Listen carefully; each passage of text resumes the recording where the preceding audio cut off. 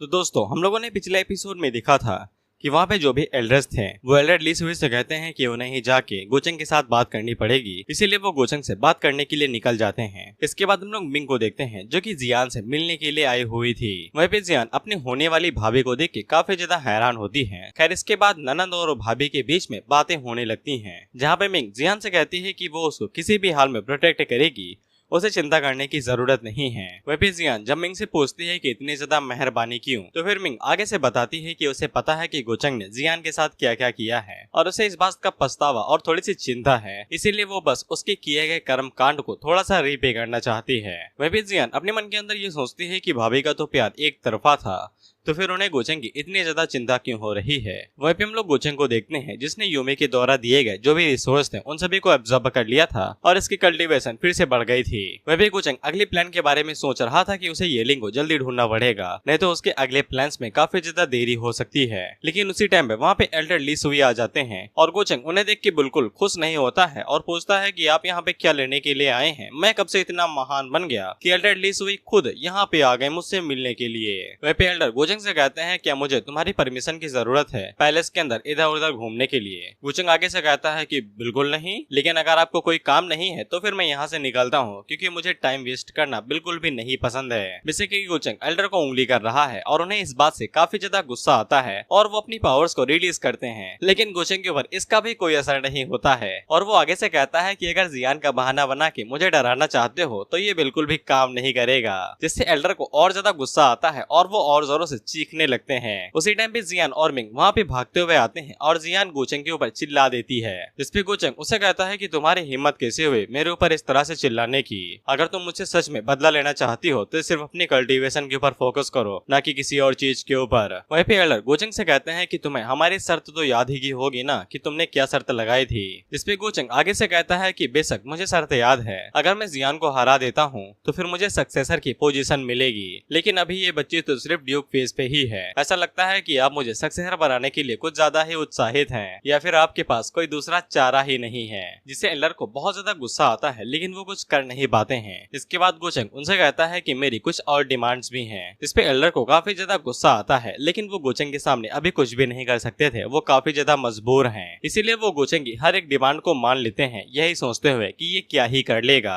Elder इन सभी demand के लिए मान जाते हैं, लेकिन गोचेंग बहुत ज्यादा स्मार्ट था, इसीलिए वो आगे से कहता है कि जल्दी से दाओ हार्ट की कसम खाओ तभी मैं मानूंगा, जिसपे एल्डर गोचेंग से कहते हैं तुम्हें क्या लगता है कि मैं तुमसे झूठ बोलूंगा, जिसपे गोचेंग आगे से कहता है कि बिल्कुल मुझे आपके ऊपर तिनको भी भरोसा नहीं है। तो फिर एल्डर को वहाँ पे ना चाहते हुए भी कसम खानी पड़ती है कि अगर वो अपने वादे को तोड़ते हैं तो फिर वो हमेशा के लिए मारे जाएंगे। इसके बाद वो गुस्से में वहाँ से बाहर निकल जाते हैं। इसके बाद गोचेंग वहाँ पे अपनी एनर्जी को रिलीज करते हुए जियान की तरफ देखता है, तो फिर मिंग जल्दी से आगे बढ़ के जियान के सामने आ जाती है उसे प्रोटेक्ट करने के लिए, लेकिन जियान मिंग से कहती है कि उसे प्रोटेक्शन की जरूरत नहीं है, वो आज यहाँ पे गोचेंग के साथ जो भी पुरानी रंजिश है उसे आज के आज यहीं पे निपटा लेगी, जिसपे गोचेंग आगे से कहता है कि यहीं पे निपटा लोगी, क्या तुम्हें सच में लगता है कि तुम मुझे छू भी सकती हो, जिसपे मिंग गोचेंग के ऊपर अटैक करते हुए कहती है कि ये वो लोग बाद में देख लेंगे, लेकिन गोचेंग अपनी स्पेस की एबिलिटी का इस्तेमाल करके एक झटके से वहाँ से गायब हो जाता है। इसे जियान हैरान तो होती है, लेकिन उसे पता चल जाता है कि गोचेंग बाहर की तरफ जा रहा है, तो फिर वो एक और टेक्निक का इस्तेमाल करते हुए हवा की रफ्तार से गोचेंग के ऊपर स्लैश मारती है, लेकिन गोचेंग उसे अपनी 2 उंगलियों के साथ ही रोक लेता है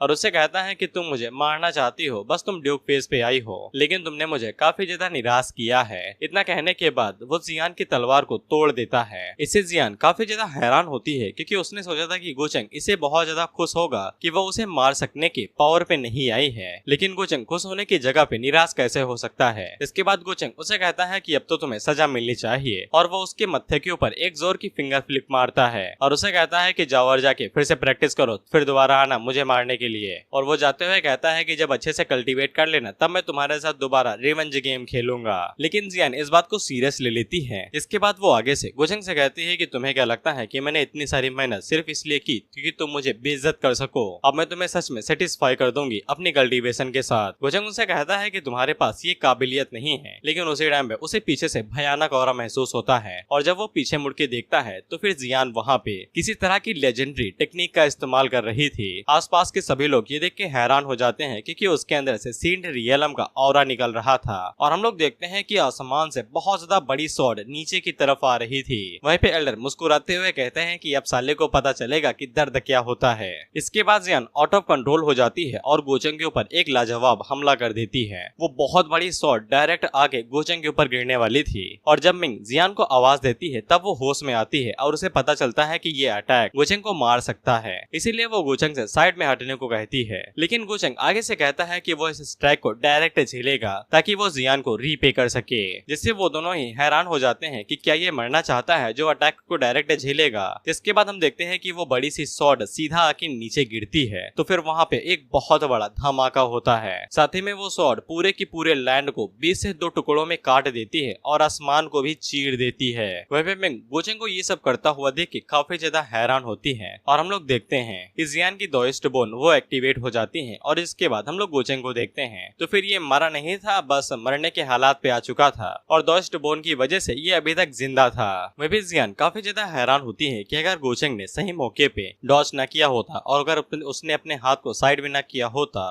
तो वो गोचंग को मार ही देती। और गोचंग ने ये अटैक डायरेक्ट इसलिए लिया था ताकि वो जियान को रीपे कर सके उसकी हड्डियां चुराने के लिए, और उसे आगे से महसूस होने लगता है कि उसने गोचंग को हमेशा से गलत ही समझा था। वह मिंग गोचंग के पास आती है जो कि चिंता दिखाते हुए उसे कहती है कि तुम इतना ज्यादा मरने मारने पे क्यों उतारू चले रहते हो। अगर जियान ने सही मौके पे अपना हाथ साइड में न किया होता तो वो शॉट तुम्हारे सीधा ऊपर गिरती और तुम्हारे 2 टुकड़े हो जाते हैं। इस पे गोचंग आगे से नौटंकी करते हुए कहता है कि वो जियान को इंटरेस्ट के साथ वो सभी सफरिंग रीपे करना चाहता था जो उसने अभी तक झेली थी। इससे वो दोनों हैरान तो होते हैं, लेकिन मिंग आगे से चिल्लाते हुए कहती है ये सब कर लेने से तुम उसकी माफी नहीं पा पाओगे। अगर तुम मर भी जाओ तो भी इससे कोई फर्क नहीं पड़ता। इसी तरीके से ये दिखाना बंद करो कि तुम इन सभी चीजों के लिए डिजर्व करते हो। वहीं पे एल्डर गोचंग के बारे में सोचते हुए कहता है कि साले को मैंने कम समझ लिया, काफी शक्तिशाली है। जिसके बाद पूरे डॉटियन पैलेस के अंदर अनाउंस कर दिया जाता है कि अगला सक्सेसर गोचंग है। साथ ही में सभी को ये भी पता चल जाता है कि गोचंग भाई साहब अभी काफी ज्यादा बीमार हैं और चोटिल हैं क्योंकि उनकी बहन ने उनके ऊपर डिस्ट्रक्शन की एनर्जी से हमला कर दिया था।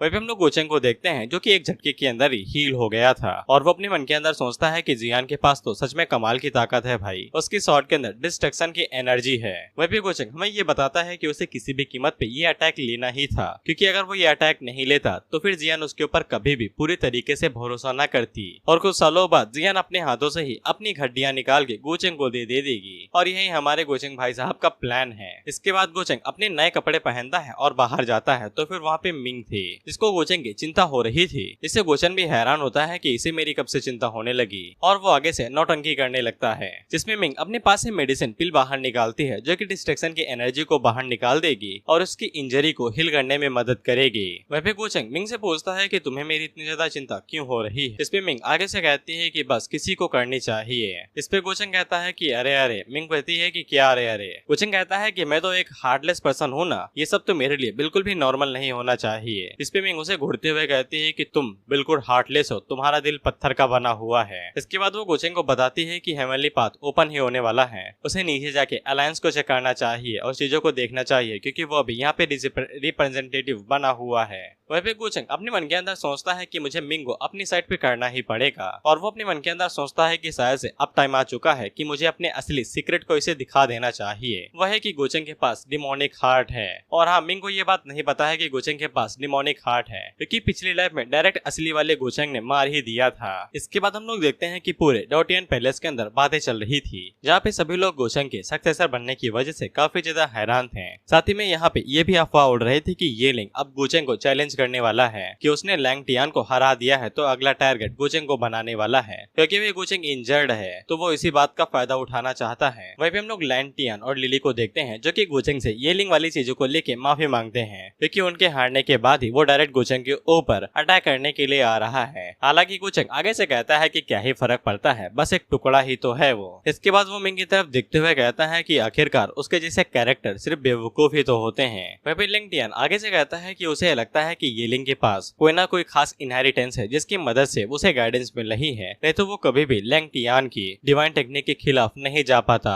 इस पे गोचंग आगे से कहता है कि उसे भी ऐसा ही लगता है। वहीं पे मिंग अपने मन के अंदर सोचती है कि ये यहाँ पे ये इन्फॉर्मेशन को लीक करने वाला है कि उसके पास एशियन सिंबल ऑफ रिकार्नेशन है। इसके बाद गोचंग आगे से चाल चलना शुरू करता है और वो आगे से बताता है कि उसने कई सारे ऐसे सेक्टों के बारे में सुना है जहाँ की डिसाइपल्स गायब हो रहे हैं और उनके गायब होने का कोई भी रीजन अभी तक सामने नहीं आया है। वहीं पे मिंग काफी ज्यादा हैरान हो जाती है और घबराते हुए सोचती है कि ये दोबारा पिछली लाइफ की तरह दूसरों के ऊपर इल्जाम डालने वाला है। दरअसल गोचंग डिमोनिक हार्ट का जो सक्सेसर है उसकी इनहेरिटेंस का इल्जाम ये लिंग के ऊपर लगाने वाला है, जिससे वो खुद को प्रोटेक्ट भी कर लेगा और डिमोनिक पावर का सक्सेसर किसी और के ऊपर इल्जाम लगा रहेगा। बेसिकली दोनों उंगलियां घी में। अब इससे मिंग काफी ज्यादा घबरा जाती है और अपनी उंगलियों को दबाने लगती है। इससे गोचंग को पता लग जाता है कि इसने कुछ याद कर लिया है और वो उसके हाथ को पकड़ के पूछता है तुम्हें क्या हो गया, तुम्हारी तबीयत तो ठीक है। इस पे लैंग टियान आगे से खांसते हुए कहता है कि तुम दोनों का रिलेशनशिप तो काफी ज्यादा जलनात्मक है। लैंग टियान आगे बताता है कि काफी सारे लोग गायब हो रहे हैं और उनकी हाई कल्टीवेशन भी ज्यादा है। शुरुआत में कभी लोगों ने इसे नोटिस में नहीं किया था, लेकिन अचानक से ये काफी ज्यादा बड़ा मुद्दा बन चुका है क्योंकि लोगों के गायब होने का अमाउंट बहुत ज्यादा है। इसके बाद गोचंग लिली को कंट्रोल करते हुए वहाँ पे थोड़ी सी बातों को भड़का देता है, ये कहते हुए कि ये वहाँ पे लोगों के साथ साथ जो वहाँ पे एशियन क्रॉप्स थे वो भी गायब हो रहे हैं। इससे गोचंग को एक मौका मिल जाता है ये कहने कि शायद ये सभी चीजें टाबू इनहेरिटेंस से जुड़ी हो सकती हैं। टाबू इनहेरिटेंस मतलब कि पाबंदित इनहेरिटेंस, यानी कि कोई गंदी चीज या फिर जिसको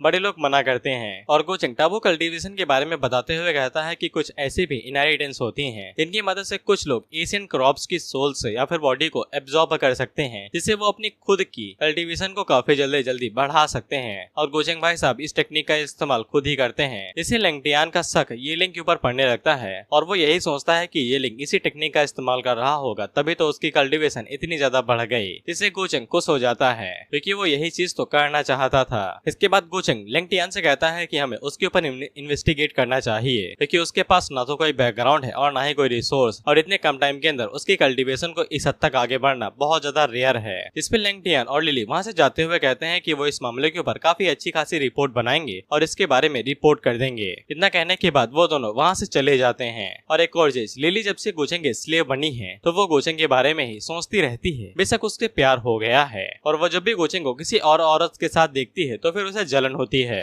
उन दोनों की जाने के बाद मिंग गोचंग से कहती है कि तुम्हारे तरीके पहले की तरह ही बहुत ज्यादा कमीने हैं। गोचंग आगे से कहता है कि उन्हें येलिंग को मारना ही है, वैसे भी ऐसे न तैसे उसे मरना ही था। इसके बाद हम लोग बाइली और बाकी कुछ लोगों को देखते हैं और ये साथ एक साथ बैठ के प्रैक्टिस कर रहे थे। वही पे बाइली ही येलिंग को रिसोर्सेज देता है, इसीलिए वो काफी ज्यादा शुक्रिया बाइली को कहता है। लेकिन बाइली उसे कहता है कोई जरूरत नहीं है, हम दोनों तो जिगरी दोस्त हैं। इसके बाद वेलिंग यहाँ पे बाइली से कहता है कि मैंने सुना है कि भाभी जी ने गोचंग के खिलाफ जाके तुम्हारी रक्षा की थी, ये काफी कमाल की बात है। इस पे एक दूसरा बंदा कहता है कि बाइली भाई साहब काफी ज्यादा किस्मत वाले हैं जो उनको एक ऐसी बीवी मिली है जो किसी के सामने भी जा सकती है अपने होने वाले पति को बचाने के लिए। जिसपे बाइली भी आगे से हंसते हुए कहता है कि हाँ उसकी वाइफ है ही इतनी कमाल की, और वो उन लोगों को बताती है कि यूमी यहाँ पे उन लोगों से मिलने के लिए आ रही है, किसी को कोई दिक्कत तो नहीं है। जिसपे वो लोग कहते हैं कि उन्हें कोई दिक्कत नहीं है। वह पे ये लिंग जैसे ही ये बात सुनता है तो वो काफी ज्यादा खुश हो जाता है। बेसिकली सिटिया बात जो है, और हाँ ऐसे दोस्तों से दूर रहो, ये साले लड़ाई करवा सकते हैं क्योंकि ये साले चलती फिरती कोकेन है, कोकेन से कम नहीं है। और ये लिंग को इतना ज्यादा खुश देख के बाइली का थोड़ा सा मुंह बन जाता है। इसके बाद वो लोग वहाँ पे गोचंग के बारे में बात करने लगते हैं, जहाँ पे वो लोग बाइली से कहते हैं कि उसे ज्यादा चिंता करने की जरूरत नहीं है, वो गोचंग से ज्यादा शक्तिशाली है, वो बस एक बार ब्रेक थ्रू कर ले। जिसपे बाइली को भी पूरा यकीन था कि वो गोचंग को हरा सकता है। लेकिन इसी बीच बाइली येलिंग से पूछता है कि लेकिन तुमने गोचंग को चैलेंज क्यों किया। जिसपे येलिंग बताता है कि उसका एनिमी तो फिर वो उसका एनिमी हुआ, और खासकर उसके जो फियांसे है वो उसके पीछे है। जिसपे बाइली उसे पूछता है कि तुम कब से लड़कियों के पीछे जाने लगे। जिसपे येलिंग आगे से कहता है कि मैं उसके पीछे नहीं जाना चाहता था, लेकिन वो मेरे पीछे आ गई, इसीलिए मैं उसे आसानी के साथ तो छोड़ नहीं सकता हूँ। इसीलिए सबसे पहले उसके पति का नंबर आएगा, जिसके बाद उसका। उसी टाइम पे वहाँ पे यूमी आ जाती है और ये लिंग यूमी को देख के काफी ज्यादा खुश हो जाता है। जिसके बाद यूमी बाइले के पीछे बाइले के बगल में बैठ जाती है और उनके साथ बात करने लगती है, जहाँ पे वो बताती है कि गोचंग किसी काम से बाहर चला गया था, इसलिए यूमी को मौका मिल गया और वो उनसे मिलने के लिए चली आई, नहीं तो उसके पास मौका ही ना होता। जिसपे ये लिंग आगे से कहता है कि उसे चिंता करने की जरूरत नहीं नहीं है, वो गोचेंग को चैलेंज करने के लिए जा रहा है और जब तक येलिंग यहाँ पे है उसे किसी भी चीज की चिंता करने की जरूरत नहीं है, कोई भी उसे बुली नहीं कर सकता है। जिसपे यूमी भी काफी खुश होती है और कहती है कि वाओ तुम तो बहुत ज्यादा कमाल की हो।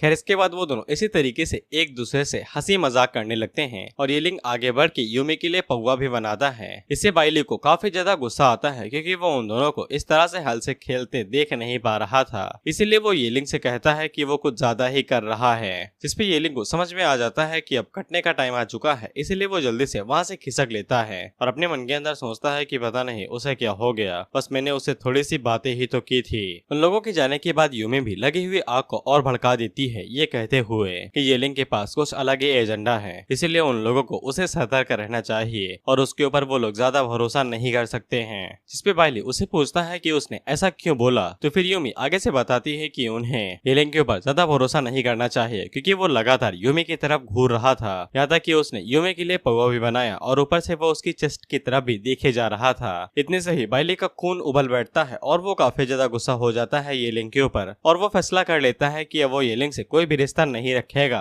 हालांकि यूमी उसे कहती है कि उसे अच्छे से पता है कि बाइली को उसकी साइड पे अभी कुछ लोगों की जरूरत है, इसीलिए वो इतना सब सह ही सकती है। लेकिन बाइली को ये बिल्कुल भी मंजूर नहीं था और वो येलिंग के साथ सभी रिश्ते खत्म कर लेता है। खैर इसके बाद यूमी वहाँ से जा रही थी, लेकिन आज उसके पास कोई भी काम नहीं था, तो फिर वो बाइली को बता के जाती है कि आज वो लोग रात में वो कर सकते हैं और वो बाइली को इनडायरेक्टली मैसेज देके वहाँ से निकल जाती है और बाहर आने के बाद सोचती है कि फिर से मछली ने चारा पकड़ लिया है। वहीं पे गोचेंग के पास सिस्टम की तरफ से नोटिफिकेशन आता है कि करण अर्जुन एक दूसरे के जानी दुश्मन बन चुके हैं, उनके रिश्ते में खटास आ चुकी है, इसीलिए गोचेंग को भर भर के पॉइंट मिलते हैं। वहीं पे गोचेंग अपने मन के अंदर सोचता है भाईचारा ऑन टॉप, एक लड़की के सामने टिक नहीं सका। इसके बाद गोचेंग मिंग को बताता है कि वो किसी काम से बाहर जा रहा है। वहीं पे मिंग को समझ में आ जाता है कि गोचेंग भाई साहब अपने मिशन को पूरा करने के लिए जा रहे हैं, लेकिन उन्हें अच्छे से पता था कि ये लिंग अभी काफी ज्यादा शक्तिशाली है और उसके पास कई सारे ट्रम्प कार्ड्स हैं और गोचेंग के लिए अभी तो उसको मार पाना बिल्कुल इम्पॉसिबल होगा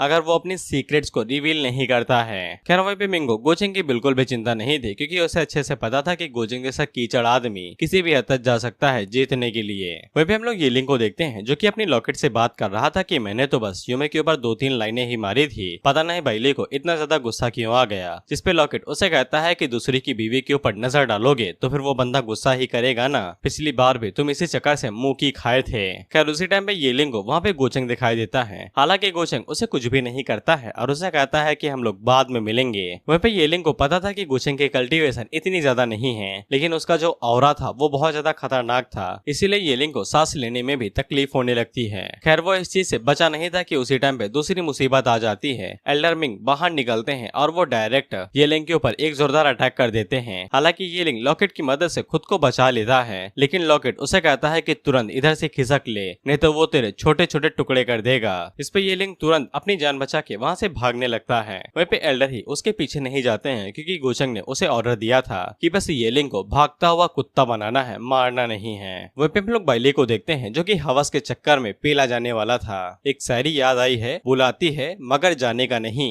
और ये शायरी मजाक में नहीं लिखी गई है, लड़कों सीरियस लिया करो इस शायरी को। वहीं पे यूमी उसे कहती है कि तुम सच में यहाँ पे आ गए, मास्टर ने बिल्कुल ठीक कहा था। इस पे बाइली हैरान होता है और कहता है कि मास्टर क्या तुम मेरा इंतजार नहीं कर रही थी। उसी टाइम पे गोचेंग उसके ऊपर से आता है और कहता है कि ये तुम्हारा इंतजार कर रही थी। इसके बाद वो वाइन को चेक करता है और कहता है कि चलो ये ठंडी नहीं हुई है। वहीं पे बाइली के पसीने छूटने लगते हैं और वो उन दोनों से पूछता है कि तुम दोनों यहाँ पे क्या कर रहे हो, वो भी एक साथ। वहीं पे गोचेंग बाइली को भाई जलाते हुए कहता है खड़े क्यों हो, यहाँ पे आके वाइन पियो, तुम्हारी फियांसे तुम्हारे लिए वाइन बना रही है। वहीं पे बाइली की अब आंखें खुल जाती हैं और वो यूमी से कहती है कि तुमने मुझे धोखा दिया। जिस पर यूमी उसे कहती है कि वाइन पियो, ज्यादा मत सोचो। जिस पे बाइली आगे से पूछता है कि मैंने तो तुम्हें हमेशा काफी अच्छे से ट्रीट किया, तो फिर ये धोखा क्यों। वहीं पे गोचेंग बाइली से कहता है कि मुझे पता चला कि तुम मुझे मारना चाहते थे, इसीलिए मैंने यूमी के जरिए तुम्हें मौका देने के बारे में सोचा। तुम्हें तो खुश होना चाहिए कि यूमी की वजह से तुम्हें प्राइवेट में मुझसे मिलने का मौका मिल रहा है, तो फिर खड़े क्यों हो, आओ आके अटैक करो। लेकिन बाइली को अभी भी यूमी के ऊपर पूरा विश्वास था कि वो उसे धोखा नहीं दे सकती है और वो गोचेंग से कहता है कि तुमने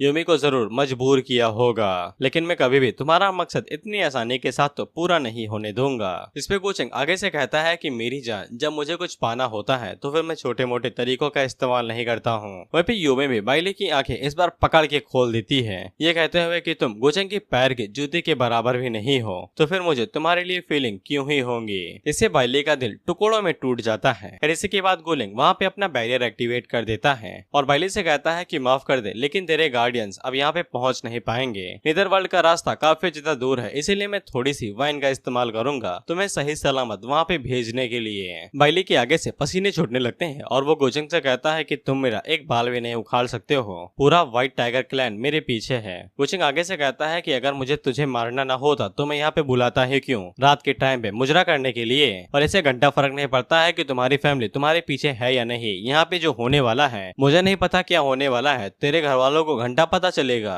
इसके बाद बाइली वहाँ पे लड़ने के लिए रेडी हो जाता है और वो अपनी पावर्स को रिलीज करके गोचेंग की तरफ अटैक कर देता है, जिसपे गोचेंग आगे से वाइन का गिलास आगे की तरफ फेंकता है तो वो टुकड़ों में बढ़ जाता है और उसके टुकड़े बाइली की तरफ आगे बढ़ते हैं, जो कि उसके एनर्जी वेव को पूरी तरीके से तोड़ के अंदर घुस जाते हैं और एक टुकड़ा बाइली के सीने के अंदर घुस जाता है। तो हम लोग देखते हैं कि उसके अंदर से एक फूल उगाता है, जिससे बाइली को बहुत ज्यादा दर्द होता है और वो काफी जोरों से चिल्लाने लगता है। और बाइली को समझ में आ जाता है कि गोचेंग अभी किंग फेज पे नहीं है। वहीं पे गोचेंग उसे कहता है कि जो अटैक पावर तुम्हारे हाथों में है ये पूरी तरीके से वेस्टेड है मेरे दोस्त। वहीं पे बाइली अभी भी हार नहीं मानता है, जिसके बाद वो अपनी बॉडी को ट्रांसफॉर्म करने लगता है और खुद को टाइगर के अंदर ट्रांसफॉर्म कर लेता है। वहीं पे छाती के ऊपर लगा हुआ फूल भी लगातार बढ़ते जा रहा था। इसके बाद बाइली काफी तेजी के साथ दोबारा गोचेंग के ऊपर अटैक कर देता है, लेकिन गोचेंग वहाँ पे अपने वेपन हेलबर्ड को बाहर निकालता है। इसी के बाद गोचेंग वहाँ पे अपनी ताकत को रिलीज करता है तो फिर वहाँ पे तगड़ा धमाका होता है और गोचेंग की ताकत के ऑरा की वजह से ही बाइली पूरी तरीके से घायल हो जाता है। इसके बाद गोचेंग बाइली को गले से पकड़ लेता है और उससे कहता है कि मरने ही वाले हो तो फिर इतना ज्यादा रेजिस्ट क्यों कर रहे हो।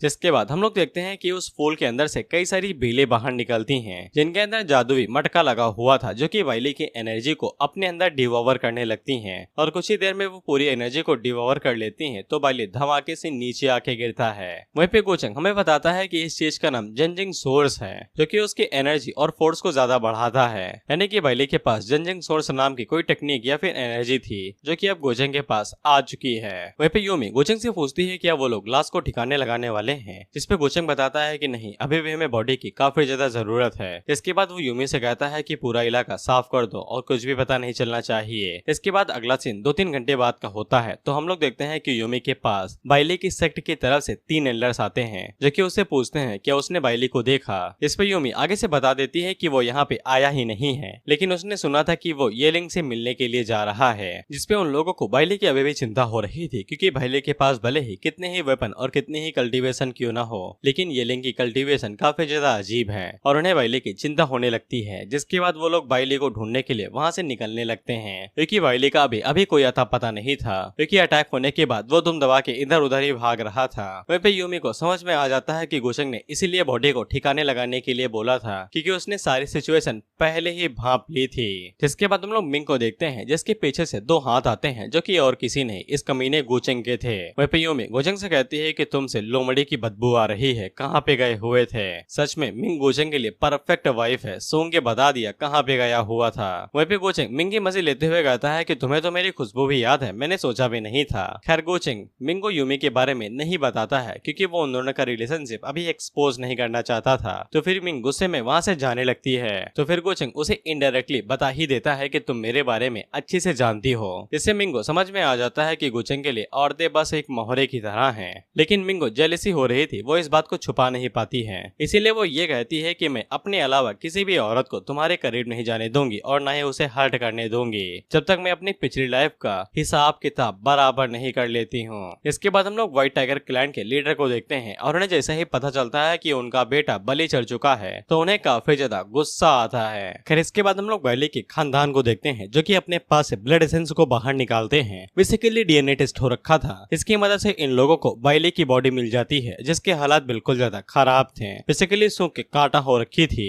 और साथ ही में बॉडी के पास कुछ ऐसी चीजें मिलती हैं, जिससे ये शक क्लियर हो जाता है कि येलिंग ने ही बाइली को मारा है। इसके बाद हम लोग येलिंग को देखते हैं, जो इसी बारे में सोच रहा था कि कोई तो हमारे खिलाफ साला कुछ ना कुछ करने के बारे में सोच ही रहा है। और उसी टाइम पे पूरी दुनिया के अंदर ये मैसेज भिजवाया जाता है कि व्हाइट टाइगर क्लैन का जो हेड सक्सेसर था वो मारा जा चुका है और उसकी मौत के पीछे येलिंग का हाथ है। और सभी लोगों को बताया जाता है कि जो भी येलिंग को लेकर कोई भी इंफॉर्मेशन देता है या ढूंढ के लाता है, तो फिर उसे बहुत ज्यादा पैसे दिए जाएंगे और direct direct white tiger clan के अंदर एडमिशन मिलेगा। वह भी येलिंग के तो पैरों तले जमीन खिसक जाती है, यही सोच के कि ब्रदर बाइली मारा गया और वो भी मैंने उसे मारा। खैर इसके बाद येलिंग का शक यकीन में बदल जाता है कि कोई तो उनके खिलाफ साजिश कर रहा है। वह भी येलिंग का लॉकेट भी अगर गवाह बनता है तो भी ये लोग कुछ उखाड़ नहीं सकते हैं और साथ ही में येलिंग की ये बात भी एक्सपोज हो सकती थी कि वो रिकार्नेटेड सुप्रीम मास्टर है। अबे के लिए लॉकेट उसे सबसे अच्छी सलाह देता है कि उसे अभी चुपके ही रहना चाहिए और अंडरग्राउंड हो जाना चाहिए जब तक वो लोग ताकतवर नहीं हो जाते हैं और खुद की इनोसेंस साबित करने के लिए कोई सबूत नहीं होता है। इसके बाद अगला सीन कुछ दिनों के बाद का होता है और हम लोग देखते हैं कि गोचेंग को ऑफिशियली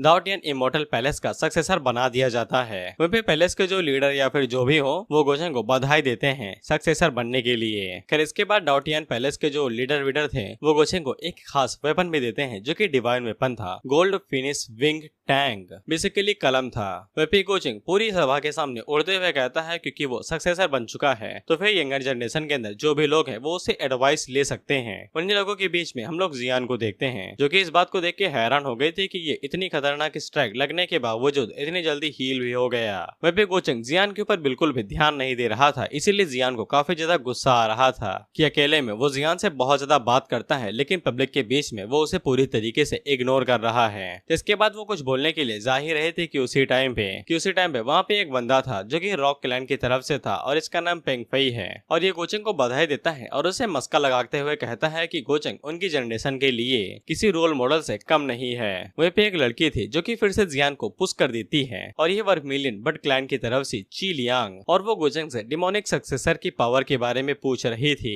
इसमें गोचेंग आगे से साफ कहता है कि ये बात तो बिल्कुल साफ है कि डिमोनिक सक्सेसर को पकड़ के कूट देना चाहिए और हर किसी के पास हक है कि वो लोग डिमोनिक सक्सेसर को पीट सकते हैं। वह ची लियांग यहाँ पे येलिंग की तरफ से थी, यानी कि उन दोनों का कुछ तो भिड़ा उड़ा हुआ है, इसीलिए वो यहाँ पे डिमोनिक सक्सेसर की असली पहचान जानना चाहती थी ताकि वो येलिंग के ऊपर से डिमोनिक सक्सेसर के थप्पे को हटा सके। वह भी गोचेंग ची लियांग को बिल्कुल भी बहस को जीतने नहीं देता है और वो थप्पे को लगाए रखने के लिए किसी भी हद तक चला जाता है। वह भी बाकी लोग भी वो भी येलिंग को डिमोनिक सक्सेसर समझ रहे थे। हालांकि ची लियांग उनसे यही कहती है कि उन्हें एक बार दोबारा चेक कर लेना चाहिए क्योंकि वो लोग बिना सबूत के किसी को भी डिमोनिक सक्सेसर नहीं बना सकते हैं, नहीं तो चक्कर में किसी इनोसेंट की भी जान जा सकती है। वह भी पेंगफई ची लियांग से कहता है क्योंकि तुम येलिंग को काफी टाइम से जानती हो इसीलिए तुम उसके लिए स्टैंड ले रही हो।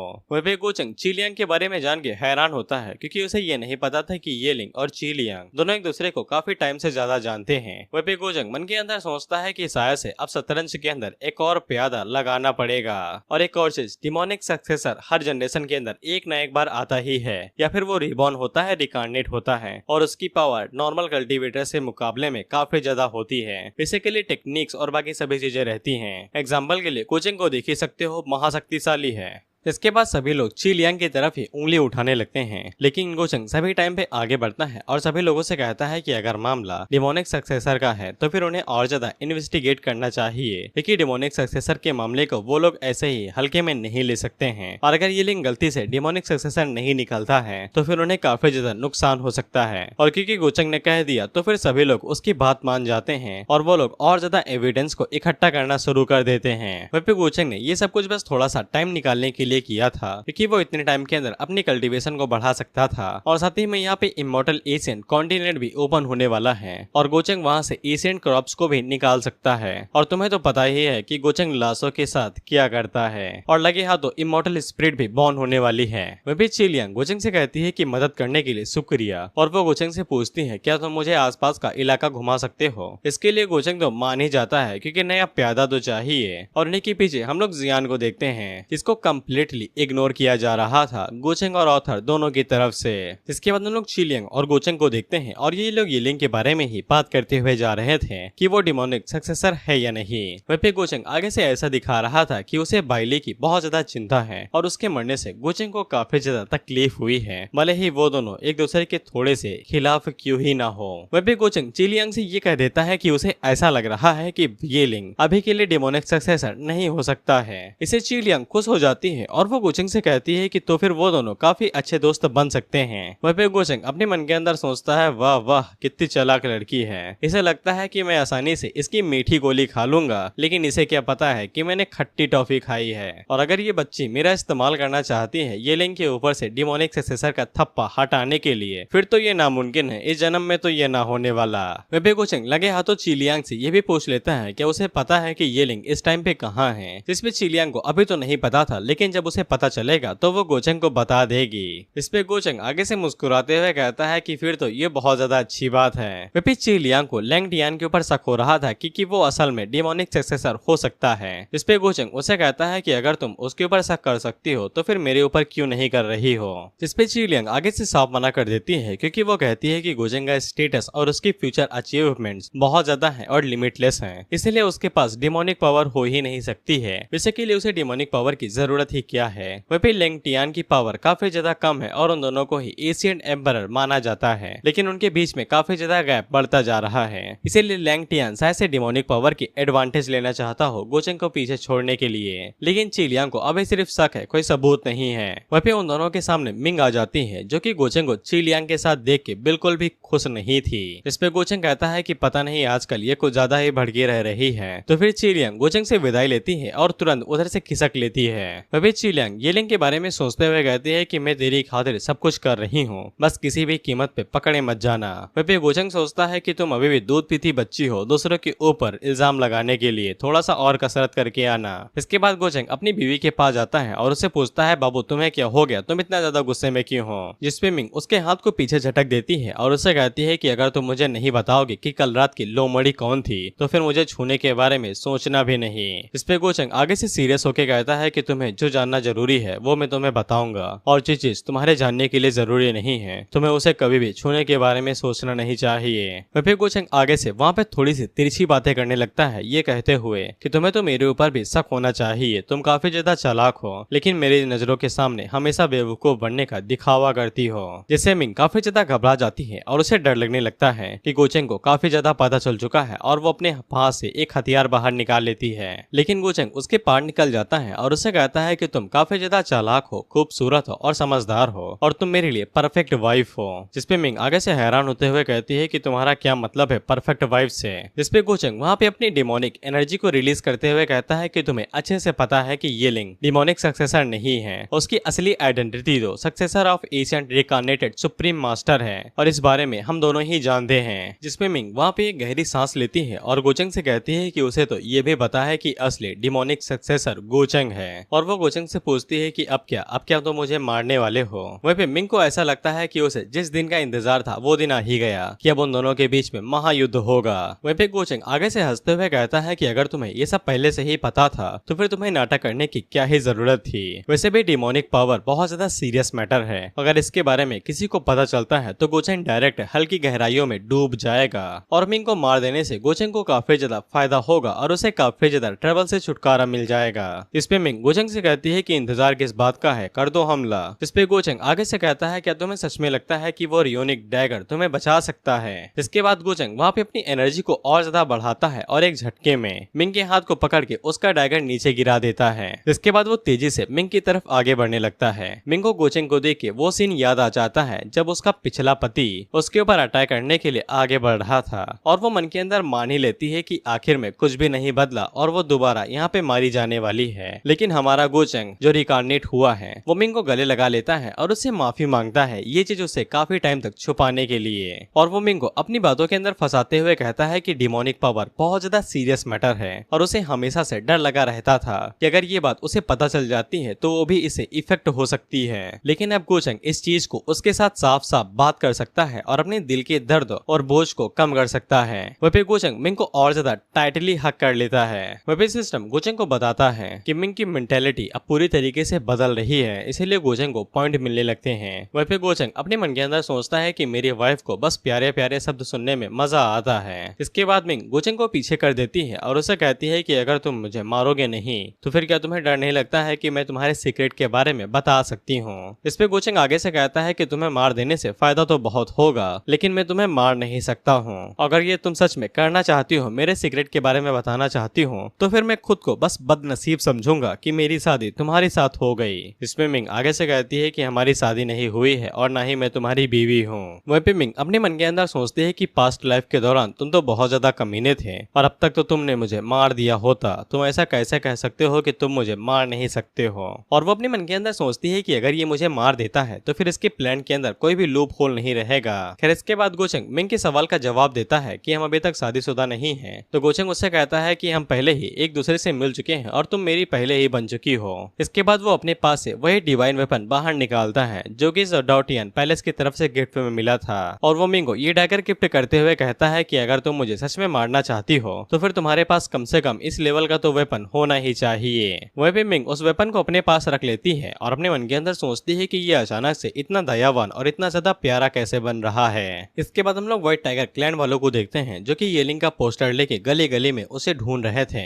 इसके बाद हम लोग येलिंग को देखते हैं जिसने एक सील के अंदर खुद को लॉक कर लिया था, इसीलिए वो लोग उसे डिटेक्ट नहीं कर सकते थे। इसके बाद लॉकेट वाला बंदा और येलिंग दोनों अपना दिमाग वहाँ पे घोड़े की तरह दौड़ाने लगते हैं और उन्हें धीरे धीरे करके समझ में आने लगता है कि मिंग ने उसके ऊपर अटैक किया था और मिंग का होने वाला पति गोचेंग है और उसके ऊपर अटैक होने से पहले गोचेंग उससे मिला भी था। इसके बाद येलिंग को ऐसा लगने लगता है कि गोचेंग और मिंग ने एक साथ मिलकर हाथ मिला लिया है और उन दोनों ने येलिंग को फंसा दिया है। वहीं पे लॉकेट अपने तरीके से येलिंग को बताता है कि ये भी तो हो सकता है कि गोचेंग असल में डिमोनिक पावर का इनहेरिटर हो और वही असल में डिमोनिक सक्सेसर हो। यहाँ तक कि डॉटियन इमॉर्टल पैलेस को भी उसके बारे में ये नहीं पता है और अगर ये बात किसी को भी पता चल जाती है तो फिर पूरा का पूरा अपर रियलम ही झटके में आ सकता है। वहीं पे येलिंग आगे से कहता है कि उसने कई सारी चीजों को झेला है और अगर गोचेंग उसे सच में लड़ना चाहता है और उसे मारना चाहता है तो फिर वो भी गोचेंग के साथ फाइट करेगा और भले ही वो एक डिमोनिक सक्सेसर हो तब भी येलिंग उसे नहीं हारेगा। हालांकि लॉकेट वाला बंदा येलिंग को अभी चुप रहने को ही कहता है क्योंकि एक गलती और वो लोग एक ही झटके में मारे जाएंगे। उसी टाइम पे वहाँ पे चीलियांग आ जाती है और येलिंग उसे देख के काफी ज्यादा खुश हो जाता है। इसके बाद चीलियांग येलिंग को बताती है कि उसने कोई बंदा ढूंढ लिया है जो कि उसकी मदद करने के लिए राजी हो गया है और उसे भी यही लगता है कि येलिंग डिमोनिक सक्सेसर नहीं है।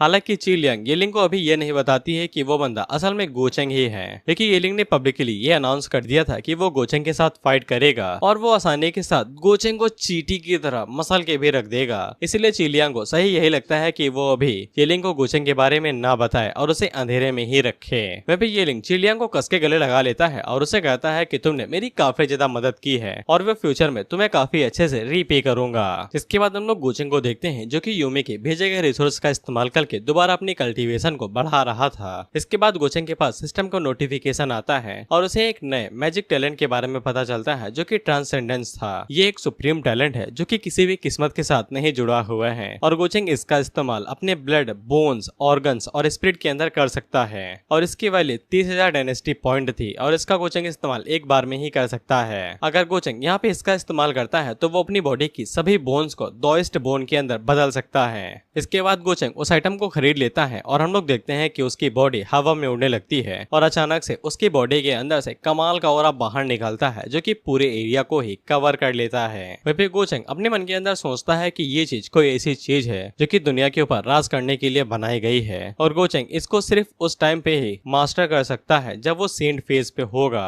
लेकिन अभी गोचेंग की कल्टीवेशन ऑलरेडी ही सॉल्टर सेंट स्टेज पे पहुंच चुकी है। खैर इसके बाद गोचेंग बाहर की तरफ जाने लगता है क्योंकि अब वहाँ पे एशियंट इमॉर्टल कॉन्टिनेंट ओपन होने वाला था और हम लोग देखते हैं कि वहाँ का दरवाजा खुलता है जहाँ पे दोइस्ट पैलेस के सभी एल्डर्स खड़े हुए थे और हमें एल्डर से पता चलता है कि ये जगह काफी ज्यादा खतरनाक है जहाँ पे जो भी लोग जाएंगे तो फिर उन्हें दो चीजों का सामना करना ही पड़ेगा, या तो उन्हें अपॉर्चुनिटीज मिलेंगी या फिर मौत। अब ये उनके ऊपर डिपेंड करता है कि वो वहाँ से क्या लेके आते हैं। इसके बाद एल्डर ली सुई यंगन जनरेशन से कहते हैं कि जाओ और जाके तैयारी कर लो, 3 दिनों के अंदर वो लोग एशियन कॉन्टिनेंट के अंदर जाने वाले हैं। खैर इसके बाद हमें पता चलता है कि एशियन सिटी के अंदर सिर्फ वही लोग जा सकते हैं जो यंगन जनरेशन से होंगे, यानी कि एल्डर्स और ओल्डर जनरेशन के लोग अंदर नहीं जा सकते हैं। और ऊपर से ये लोग जिस जगह के अंदर जा रहे थे वहाँ पे अपने भी कुछ लोग रहते हैं, यानी कि वहाँ पे दोनों के बीच में टकराव होने वाला है। बेसिकली जिसके बम में होगा दम वही करेगा वहाँ पे हमदम, नहीं तो हो जाएगा उनका खेल खत्म। यंगन जनरेशन के बीच में हम लोग येलिंग को भी देखते हैं और इसने बस अपने गाल के ऊपर मस्से का दाना लगाया है और ये पूरा अपने आप को बदल लिया।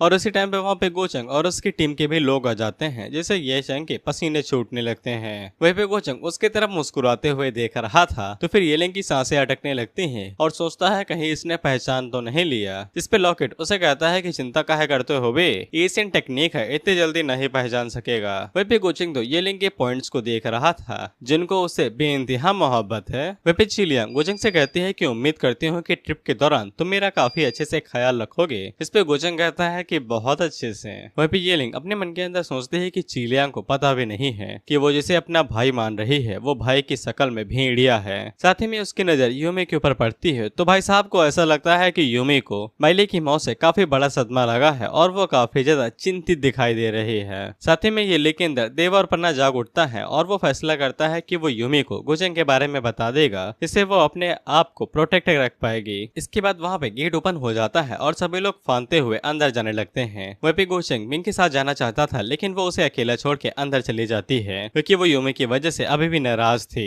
लेकिन गोचिंग को ऐसा लगता है कि वो खुद अपनी चीज को लेने के लिए गई है क्योंकि वो भी रिकार्नेट हुई है। उसी टाइम पे जियान भी गोचिंग के बगल से निकलती है लेकिन वो गोचिंग को इग्नोर करके अंदर चली जाती है। इससे गोचिंग को काफी ज्यादा गुस्सा आ रहा था कि हर कोई उसे इग्नोर ही कर रहा है, लेकिन गोचिंग के लिए अभी ये लिंग का मामला काफी ज्यादा जरूरी था। इसके बाद गोचिंग अपने लोगों से कहता है कि अंदर घुसने के बाद हम लोग जेड स्लिप के जरिए बात करेंगे, अगर कोई भी दिक्कत होती है तो तुरंत मुझे कांटेक्ट करना। इसके बाद वो लोग अंदर घुस जाते हैं। इसके बाद अंदर हमारी डायरेक्ट मुलाकात जियान से होती है जो कि आसपास के एरिया को देख के काफी ज्यादा खुश हो गई थी क्योंकि उसे वहाँ पे इमॉर्टल स्प्रिंग मिल गया था जिसके अंदर जाने से वो अपनी फिजिकल और बाकी सभी चीजों को इम्प्रूव कर सकती थी। लेकिन उसी टाइम पे वहाँ पे कुछ अलग फंक्शन के लोग आ जाते हैं जो कि डायरेक्ट जियान के ऊपर ट्राई मारने की कोशिश करते हैं और जब जियान उन्हें भाव नहीं देती है तो फिर वो लोग जोर जबरदस्ती का इस्तेमाल करने लगते हैं। लेकिन जियान उनकी औकात से भी ज्यादा शक्तिशाली थी, इसलिए वो तेजी के साथ आगे बढ़ती है तो पहले तो चेलो को मारती है जिसके बाद वो मालिक की तरफ आगे बढ़ के उसकी छाती को बीच से चीर देती है और साथ ही में जो सामान था वो भी कलेक्ट कर लेती है। गेम और रियल लाइफ के अंदर रूल नंबर 1 हमेशा काम आता है, लूट कभी मत छोड़ो। खैर जियान के जाने के बाद वहाँ पे उनकी सेट की तरफ से दूसरे लोग आते हैं। इसके बाद हमें पता चलता है कि ये लोग सीकिंग पैलेस की तरफ से थे और ये भी एक ताकतवर सेक्ट है, गोकुलैंड के लेवल का नहीं है। साथ ही में इन लोगों के साथ इनकी 7th प्रिंसेस भी थी और ये जो तो बंदा मारा गया है वो 7th प्रिंस का छोटा भाई था। वे पे 7th प्रिंसेस आगे से किसी तरह के टेक्निक का इस्तेमाल करती है तो फिर उसे पता चल जाता है कि उसके भाई को किसे मारना है। इसे भाई से कोई लेना देना नहीं है, बस सीकिंग पैलेस की इज्जत का सवाल है। जिसके बाद हम लोग ऊपर आसमान के अंदर पेंग फई और एक और बंदे को देखते हैं जो कि छुपा हुआ था और इन दोनों ने देख लिया था कि कैसे गोचुआंग की बहन ने इन लोगों को तेल लगा दिया। वे भी सीकिंग पैलेस भी काफी ज्यादा कमाल की जगह थी और जियान अकेले उनका मुकाबला नहीं कर सकती थी, लेकिन अभी गोचेंग का कोई अता पता नहीं है कि वो जियान की मदद करेगा या नहीं। वहीं पे हम लोग गोचेंग को देखते हैं जिसने अंदर आते ही जो सिटी के अंदर वाले लोग थे उनको पेलना शुरू कर दिया था। वहीं पे एक लड़की गोचेंग के पास आती है और उसे बता देती है कि जियान ने सीकिंग पैलेस वाले लोगों को उंगली कर दी है और वो पूछती है क्या वो लोग मदद भिजवाएं, लेकिन गोचेंग मना कर देता है और मन के अंदर सोचता है कि उस बुढ़े ने उसे काफी अच्छे से सिखाया होगा। वहीं पे यूमी गोचेंग से पूछती है क्या हम लोग अलग हो सकते हैं। इस पे गोचेंग उसे कहता है कि जाओ जाके अपना मिशन पूरा करो और जैसे ही उस कमीने के कॉन्टेक्ट में आना तो फिर मुझे बताना मत भूलना। इस पे यूमी आगे से कहती है कि वो अपना मिशन जरूर पूरा करेगी, ये लिंग के पास जा रही है उसे ढूंढने के लिए। खैर इसके बाद गोचेंग इन लोगों से पूछता है कि बताओ भाई तुम लोग क्या करने के लिए राजी हो। जिसपे एक बंदा आगे से कहता है कि ये कमाल का लीडर है और ये उसे रास्ता दिखा देगा। इस पे गोचेंग बचे हुए उन दोनों से कहता है कि तुम्हारी कोई जरूरत नहीं है। इससे वो तीनों ही हैरान हो जाते हैं कि इसने तो घी में पड़ी हुई मक्खी की तरह बाहर निकाल के फेंक दिया जैसे ही काम निकल गया। फिर इसके बाद हम लोग गोचेंग भाई साहब को देखते हैं जो कि अंदर आते ही तबाही मचाना शुरू कर देते हैं और वहाँ के जो पर्सनल लोग थे उन्हें एक एक करके भाई मारने पीटने लगते हैं। लिटरली ये कत्लेआम मचा रहा है। वहीं पे वो लोग गोचेंग से पूछते हैं तू है कौन बे जो कि हमारे एक्सटर्नल लैंड के ऊपर हमला करने के बारे में सोच रहा है। जिसपे गोचेंग अपने वेपन को निकालता है और आगे की तरफ बढ़ते हुए कहता है क्या तुम मुझे रास्ता दिखाओगे या फिर यहीं पे मारे जाओगे। इसके बाद हम लोग गोचेंग को देखते हैं जो कि भाई उन लोगों के भाई सीधा कब्र वाली जगह पे घुस जाता है और उनके जो इंसेक्टर थे उनकी डेड बॉडीज को बाहर निकालता है और उनके जो एसेंस थे उन्हें डिवोवर करने लगता है। हालांकि वो जो एसेंस निकला था वो ज्यादा काम का नहीं था, इसीलिए गोचेंग हल्का सा निराश हो जाता है, लेकिन उसे इंतजार इमोर्टल स्पिरिट का था क्योंकि वही यहाँ पे सबसे कीमती चीज है और उसके आते ही ये पूरी दुनिया हिल जाएगी। हालांकि गोचेंग को उसे एक्वायर करने के लिए ये लिंग की जरूरत पड़ेगी। इसके बाद हम लोग ये लिंग और चिलियांग को देखते हैं जो कि दोनों एक साथ मिलकर एक बीस्ट को हराने की कोशिश कर रहे थे, लेकिन वो बीस्ट काफी ज्यादा शक्तिशाली था, इसलिए ये लिंग अकेले ही उसके ऊपर अटैक करने के लिए आगे बढ़ ही रहा था कि उसी टाइम पे कोई उसके ऊपर अटैक करता है और एक ही झटके में उसे मार गिराता है। ये अटैक और कोई नहीं मिंग ने ही किया था। वहीं पे ये लिंग जैसे ही मिंग को देखता है तो फिर उसका मुंह बन जाता है। वहीं पे मिंग उस बॉडी के कोर को बाहर निकालती है और अपने मन के अंदर सोचती है कि कुछ ही देर में ये पूरा एशियन कॉन्टिनेंट डिस्ट्रॉय होने वाला है और इस काम को अंजाम देने वाला और कोई नहीं मिंग के पतिदेव गुचेंग ही हैं, जो कि एशियन क्रॉप्स के अंदर से उनकी सोल को डिवोवर कर रहे होंगे अपनी घटिया डिमोनिक टेक्निक का इस्तेमाल करते हुए।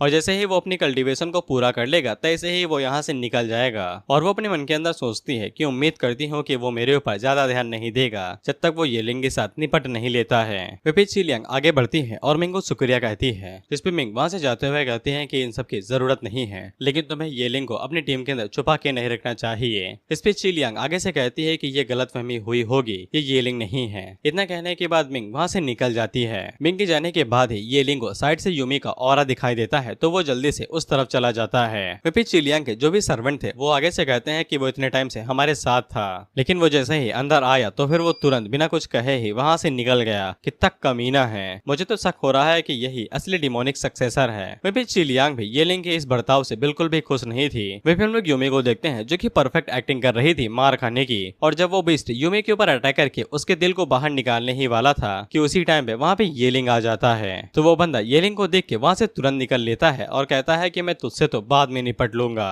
वहीं पे यूमी खुश हो जाती है येलिंग को देख के, क्योंकि उसका मिशन अब पूरा हो चुका है। इसके बाद यूमी आगे बढ़ती है और येलिंग को शुक्रिया कहती है। इस पे येलिंग पीछे मुड़ के बताता है कि वो येलिंग है, कोई और नहीं। वहीं पे यूमी येलिंग से कहती है कि अभी कई सारे कल्टीवेटर्स उसके खून के प्यासे पड़े हैं और उसने अपनी आइडेंटिटी को यूमी के सामने रिवील कर दिया है। क्या उसकी फटती नहीं है कि वो बाकी लोगों को इस बारे में बता सकती है। वहाँ पे येलिंग तो इस टाइम पे भावी लवर बन चुका था और उसे कुछ भी दिखाई नहीं दे रहा था और वो आगे से यूमी से कहता है कि उसे तो इस बात की खुशी है कि वो काफी ज्यादा ठीक है। वहीं पे यूमी भी आगे से नौटंकी करते हुए कहती है कि उसे अच्छे से पता था कि येलिंग उन्हें कभी भी नुकसान नहीं पहुंचाएगा। इससे येलिंग के दिल के अंदर लड्डू फूटने लगते हैं। इसके बाद वो यूमी को गुचेंग के बारे में बता देता है और उसे कहता है कि तुम उसे सावधानी रहो, मुझे पक्का यकीन है कि उसी ने मुझे इन सभी चीजों के अंदर फंसाया है। इसके बाद वो यूमी से कहता है कि हमें चिलियांग के क्लैन को ज्वाइन करना पड़ेगा, क्योंकि जितने ज्यादा लोग होंगे उतनी जल्दी ही हमारी मूवमेंट बढ़ेगी। वहीं पे यूमी अपने मन के अंदर सोचती है कि तुम्हारा हर एक कदम गुचेंग की एकदम परफेक्ट कैलकुलेशन के हिसाब से है, ना कि तुम उसका ब्लेम अपने सर के ऊपर लेने वाले हो, बल्कि तुम उसकी मदद ही करोगे कई सारी अपॉर्चुनिटीज को ढूंढने में। फिर इसके बाद हम लोग एक बहुत बड़ी अरे फॉर्मेशन को देखते हैं जिसका इस्तेमाल डायरेक्ट जियान के ऊपर होता है और हम लोग देखते हैं कि सीकिंग पैलेस वालों ने जिलियन को चारों तरफ से घेर लिया था। बेसिकली ये सोलो वर्सेस होल वर्ल्ड हो रहा था, जहाँ पे सभी लोग एक एक करके जियान के ऊपर हमला कर रहे थे। और बेशक जियान भले ही कितनी शक्तिशाली हो, लेकिन वो इकट्ठा पावरफुल लोगों के साथ थोड़ी ना भिड़ सकती है। इसीलिए देखते ही देखते वो कमजोर होती जाती है और हारती जाती है। वह पेजियान इन सभी चीजों का जिम्मेदार गोचेंग को मान रही थी, क्योंकि अगर वो गोचेंग को लेके गुस्सा ना होती तो वो कभी भी उन लोगों को इतनी जल्दी ना मारती। वहीं पे वो सेवंथ प्रिंसेस की तरफ देखते हुए सोचती है कि ये कमीनी भी कम नहीं है, ये कई सारे लोगों का इस्तेमाल कर रही है बस मुझे हराने के लिए। वह पेजियान गोचेंग के बारे में सोचती है तो फिर उसे और भी ज्यादा गुस्सा आ जाता है। इसके बाद वो वहाँ पे अपनी दोइस्ट बोन को एक्टिवेट करती है और सामने की तरफ एक लाजवाब पंच मारती है। तो फिर सामने की तरफ एक फोर्स का बहुत ज्यादा झटका जाता है, इससे वो तीनों ही जो अटैक करने के लिए आगे बढ़ रहे थे उनके भाई पसीने छूट जाते हैं और वो तीनों ही नीचे गिरते हैं। वह पे जियान ये वाला अटैक यूज करने की वजह से काफी ज्यादा थक चुकी थी, अब उसकी हालत खराब होने लगी थी। सेवंथ प्रिंसेस कहती है कि अब ये ज्यादा देर तक नहीं टिकेगी, हमला करते रहो। दरअसल ये लोग बाहर वाले हैं ना, इन्हें पता नहीं है कि जियान को सिर्फ गोचेंग ही bully कर सकता है और कोई नहीं। जिसके बाद जियान और उसके बगल में खड़े हुए मोटे से कहती है क्या तुम दोनों अटैक नहीं करोगे, वहीं से झांकते रहोगे। इस पे मोटा वाला बंदा कहता है कि इसका मुंह काफी ज्यादा चलता है, शायद से कैंची से काटना पड़ेगा। वहीं पे दो तीन लोग दोबारा जियान के ऊपर अटैक करने के लिए आगे बढ़ते हैं और साथ ही में वो मोटा वाला बंदा भी, जो कि कहता है कि अब मैं इससे तुम्हारा खोपड़ा फोड़ दूंगा। जिसके बाद वो अपने बड़े से गदा के साथ जियान के ऊपर हमला करता है। तो फिर जियान आगे से अरे का इस्तेमाल करती है उसे ब्लॉक करने के लिए, लेकिन उसकी अरे टूट जाती है और वो नीचे की तरफ धड़ाम से गिरती है। तो फिर वो दोनों भी उसे मारने के लिए तेजी के साथ आगे बढ़ते हैं। वह भी जियान इसी चीज का इंतजार कर रहे थे, जिसके बाद वो दोबारा आगे से एक कमाल की टेक्निक का इस्तेमाल करती है और वो सामने की तरफ अपनी सॉर्ड एनर्जी को रिलीज करती है। तो फिर उसकी एनर्जी सॉर्ड में बदल जाती है, जो एक ही बार में उन तीनों के 3 टुकड़े कर देती है। साथ ही में वो सॉर्ड ऊपर की तरफ जाती है और उनकी जो अरे फॉर्मेशन थी सीकिंग पैलेस वालों की, वो भी डिस्ट्रॉय हो जाती है। वह पे जियान अपने मन के अंदर सोचती है कि अब यहाँ से भागने का मौका मिल चुका है। उसी टाइम पे प्रिंसेस आगे बढ़ती है, जो कि जियान के ऊपर अटैक करती है। तो फिर जियान अपनी सॉर्ड की मदद से वो उसके अटैक को ब्लॉक करने लगती है, लेकिन जियान कमजोर होने की वजह से ज्यादा देर तक टिक नहीं पाती आती है और प्रिंसेस जियान के ऊपर एक जोरदार लात मार के उसे जमीन के ऊपर पटक देती है, जिससे वहाँ पे तगड़ा धमाका होता है। जिसके बाद वो अपने एक्वामैन वाले भाले को नीचे की तरफ फेंकती है, जो कि डायरेक्ट जियान की तरफ जाता है, लेकिन जियान सही मौके पे वहाँ से भाग जाती है तो वो अटैक को डॉज कर लेती है। वहीं पे जियान को थोड़ा सा टाइम चाहिए था ताकि वो अपनी स्पिरिट एनर्जी को दोबारा एक्वायर कर सके, इसलिए वो आगे से सेवंथ प्रिंसेस से कहती है कि तुम लोग किसी भी लायक नहीं हो, बस अपने पावरफुल कनेक्शन का इस्तेमाल करके दूसरों को बुली करने के अलावा। वहीं पे प्रिंसेस आगे से कहती है कि पावर के साथ बुली करना कितनी बेकार बात है, लेकिन ये सच में एकदम सच्चाई है। मेरी कल्टीवेशन तुमसे ज्यादा है तो मेरे पास अधिकार है तुम्हें बुली करने का, और तुमने तो सुना ही होगा जो भी लोग मेरे पैलेस के साथ ऑफेंड होते हैं उनका अंत अच्छा नहीं होता है। जिसपे जियान आगे से कहती है कि तुम्हारे अंदर हिम्मत भी है कि तुम मुझे मार सको। जिसपे प्रिंसेस आगे से कहती है कि उसे पता है कि वो डोटियन पैलेस की फर्स्ट एल्डर की डिसाइपल है, लेकिन यहाँ पे कॉन्टिनेंट के अंदर उसे बचाने के लिए कोई भी नहीं आने वाला है, भले ही वो उसे चाहे मार दे। जिसपे जियान आगे से कहती है कि नहीं नहीं, मैं तो अपने भाई के बारे में बात कर रही हूँ और उसका नाम है गोचंग, जो कि यहाँ एशियन कॉन्टिनेंट के अंदर ही है, और अगर तुम मुझे छूती भी हो तो फिर वो तुम्हारी चमड़ी को उधेल देगा, तुम्हारी हड्डियों को चूरा बना के उन्हें हवा में उड़ा देगा। विपी जियान को पूरा यकीन था कि गोचंग यहाँ पे उसकी मदद करने के लिए नहीं आएगा, वो तो अभी यहाँ पे ट्रेजर हंट कर रहा होगा पूरे कॉन्टिनेंट के अंदर और ढूंढ ढूंढ के खजाने निकाल रहा होगा, लेकिन अगर वो उसके नाम का इस्तेमाल करके बच सकती है तो फिर इसमें बुराई ही क्या है। वही प्रिंसेस आगे से कहती है कि मैंने तो सुना है कि तुम्हारे बीच में कोई भी लेना देना नहीं है, और अगर तुम मर जाती हो तो फिर उसे क्या फर्क भी पड़ेगा। वही जियान आगे से हंसते हुए कहती है कि तुम्हें हमारे रिलेशनशिप के बारे में जानने के लिए जरूरत नहीं है, और उसने पहले ही कह दिया है कि वही सिर्फ मुझे बुली कर सकता है, बाकी और कोई नहीं, और तुम लोग उसके सामने एक छोटी सी चींटी हो बस। जिससे प्रिंसेस को बहुत ज्यादा गुस्सा आ जाता है और वो डायरेक्ट जियान के ऊपर हमला कर देती है। जियान अटैक को डॉज करते हुए सोचती है कि साला मेरी एनर्जी अभी तक वापस नहीं आई, क्या मुझे अपने हिडन कार्ड को इस्तेमाल करना पड़ेगा। लेकिन जब वो अटैक्स को इसी तरीके से डॉज कर ही रही थी तभी प्रिंसेस उसके ऊपर एक किक मार देती है तो वो दूर जाके गिरती है। जिसके बाद प्रिंसेस जियान के ऊपर पैर रख लेती है और उससे कहती है कि मैं सबसे पहले तुम्हें मारूंगी, जिसके बाद मैं गोचंग के पास जाऊंगी और देखती हूँ कि वो मेरा क्या ही उखाड़ लेगा। उसी टाइम पे गोचंग उसके पीछे आता है और उससे कहता है ओह मैं तुम्हारे साथ क्या कर सकता हूँ। इसके बाद वो सीधा प्रिंसेस के मुंह के ऊपर उल्टे हाथ का रहपट्टा मारता है तो फिर प्रिंसेस कंचे की तरह घूमते हुए दूर जाके गिरती है। वहीं पे जियान को तो यकीन ही नहीं होता है कि गोचंग उसे बचाने के लिए सच में आ गया, जबकि वो तो सदियों से उसके ऊपर ध्यान ही नहीं दे रहा था। वहीं पे गोचंग उसकी तरफ मुस्कुराते हुए देख रहा था तो फिर जियान को डर लगने लगता है कहीं उसने वो सभी बातें सुन तो नहीं ली जो मैं यहाँ पे फेंक रही थी। उसी टाइम पे भागते हुए प्रिंसेस के चेले उसके पास आते हैं जो कि उससे पूछते हैं कि उनकी अरे तो डिस्ट्रॉय हो गई है, अब वो यहाँ पे क्या करेंगे। मैं भी प्रिंसेस गोचंग से कहती है कि मानती हूँ कि तुम शक्तिशाली हो, लेकिन ये मत सोचना कि तुम हमारी बेइज्जत कर सकते हो, ये लाइफ एंड डेथ का मामला है और मैं तुमसे कमजोर नहीं हूँ। वहीं पे गोचंग उसके ऊपर ध्यान ही नहीं दे रहा था और वो जियान से पूछता है तुम्हारी चोटें कैसे हैं। जिसपे जियान आगे से कहती है कि ठीक ही है, लेकिन जब गोचंग उसे आंख से इशारा करता है तो वो समझ जाती है। इसके बाद वो आगे से नौटंकी करने लगती है कि उसकी तो सारी हड्डियां टूट चुकी हैं और वो बुरी तरीके से घायल है और उसके पास तो चलने के लिए भी ताकत नहीं बची है और वो यहाँ पे अकेली थी और कोई भी तो उसकी लाश भी कलेक्ट करने के लिए नहीं आएगा। वहीं पे गोचंग सीकिंग पैलेस वाले लोगों से कहता है कि तुम लोगों ने तो हद पार कर दी है यार, तुमने इसकी सारी हड्डियां तोड़ दी, अब इसकी भरपाई तो तुम्हें करनी पड़ेगी। इस पे वो लोग आगे से चिल्लाते हुए कहते हैं कि ये झूठ बोल रही है, इसने पहले हमारे लोगों को मारा था। लेकिन गोचंग वहाँ पे कुछ भी नहीं सुनता है और अपनी पावर्स को रिलीज करना शुरू करता है तो वो लोग काफी ज्यादा घबरा जाते हैं। हालांकि प्रिंसेस गोचंग से कहती है कि तुम्हें लगता है कि तुम अपने प्रेशर के साथ हमें डरा सकते हो, लेकिन गोचंग आगे से कहता है कि बिल्कुल मेरी कल्टीवेशन तुमसे ज्यादा है, तुम्हें जो चाहे वो कर सकता हूँ, तुम्हें जो करना है तुम कर लो, लेकिन मुझे बताओ कि तुम कैसे मरना चाहोगे। प्रिंसेस गोचंग से कहती है कि वो सच में एक लड़की के लिए उसके पूरे पैलेस के खिलाफ जाने वाला है। इस पे गोचंग कहता है कि तुम लोग मेरी बहन को बुली कर रहे थे, अब मैं तुम्हें कर रहा हूँ तो फिर तुम्हें इससे दिक्कत होने लगी, ये किस तरह का लॉजिक है।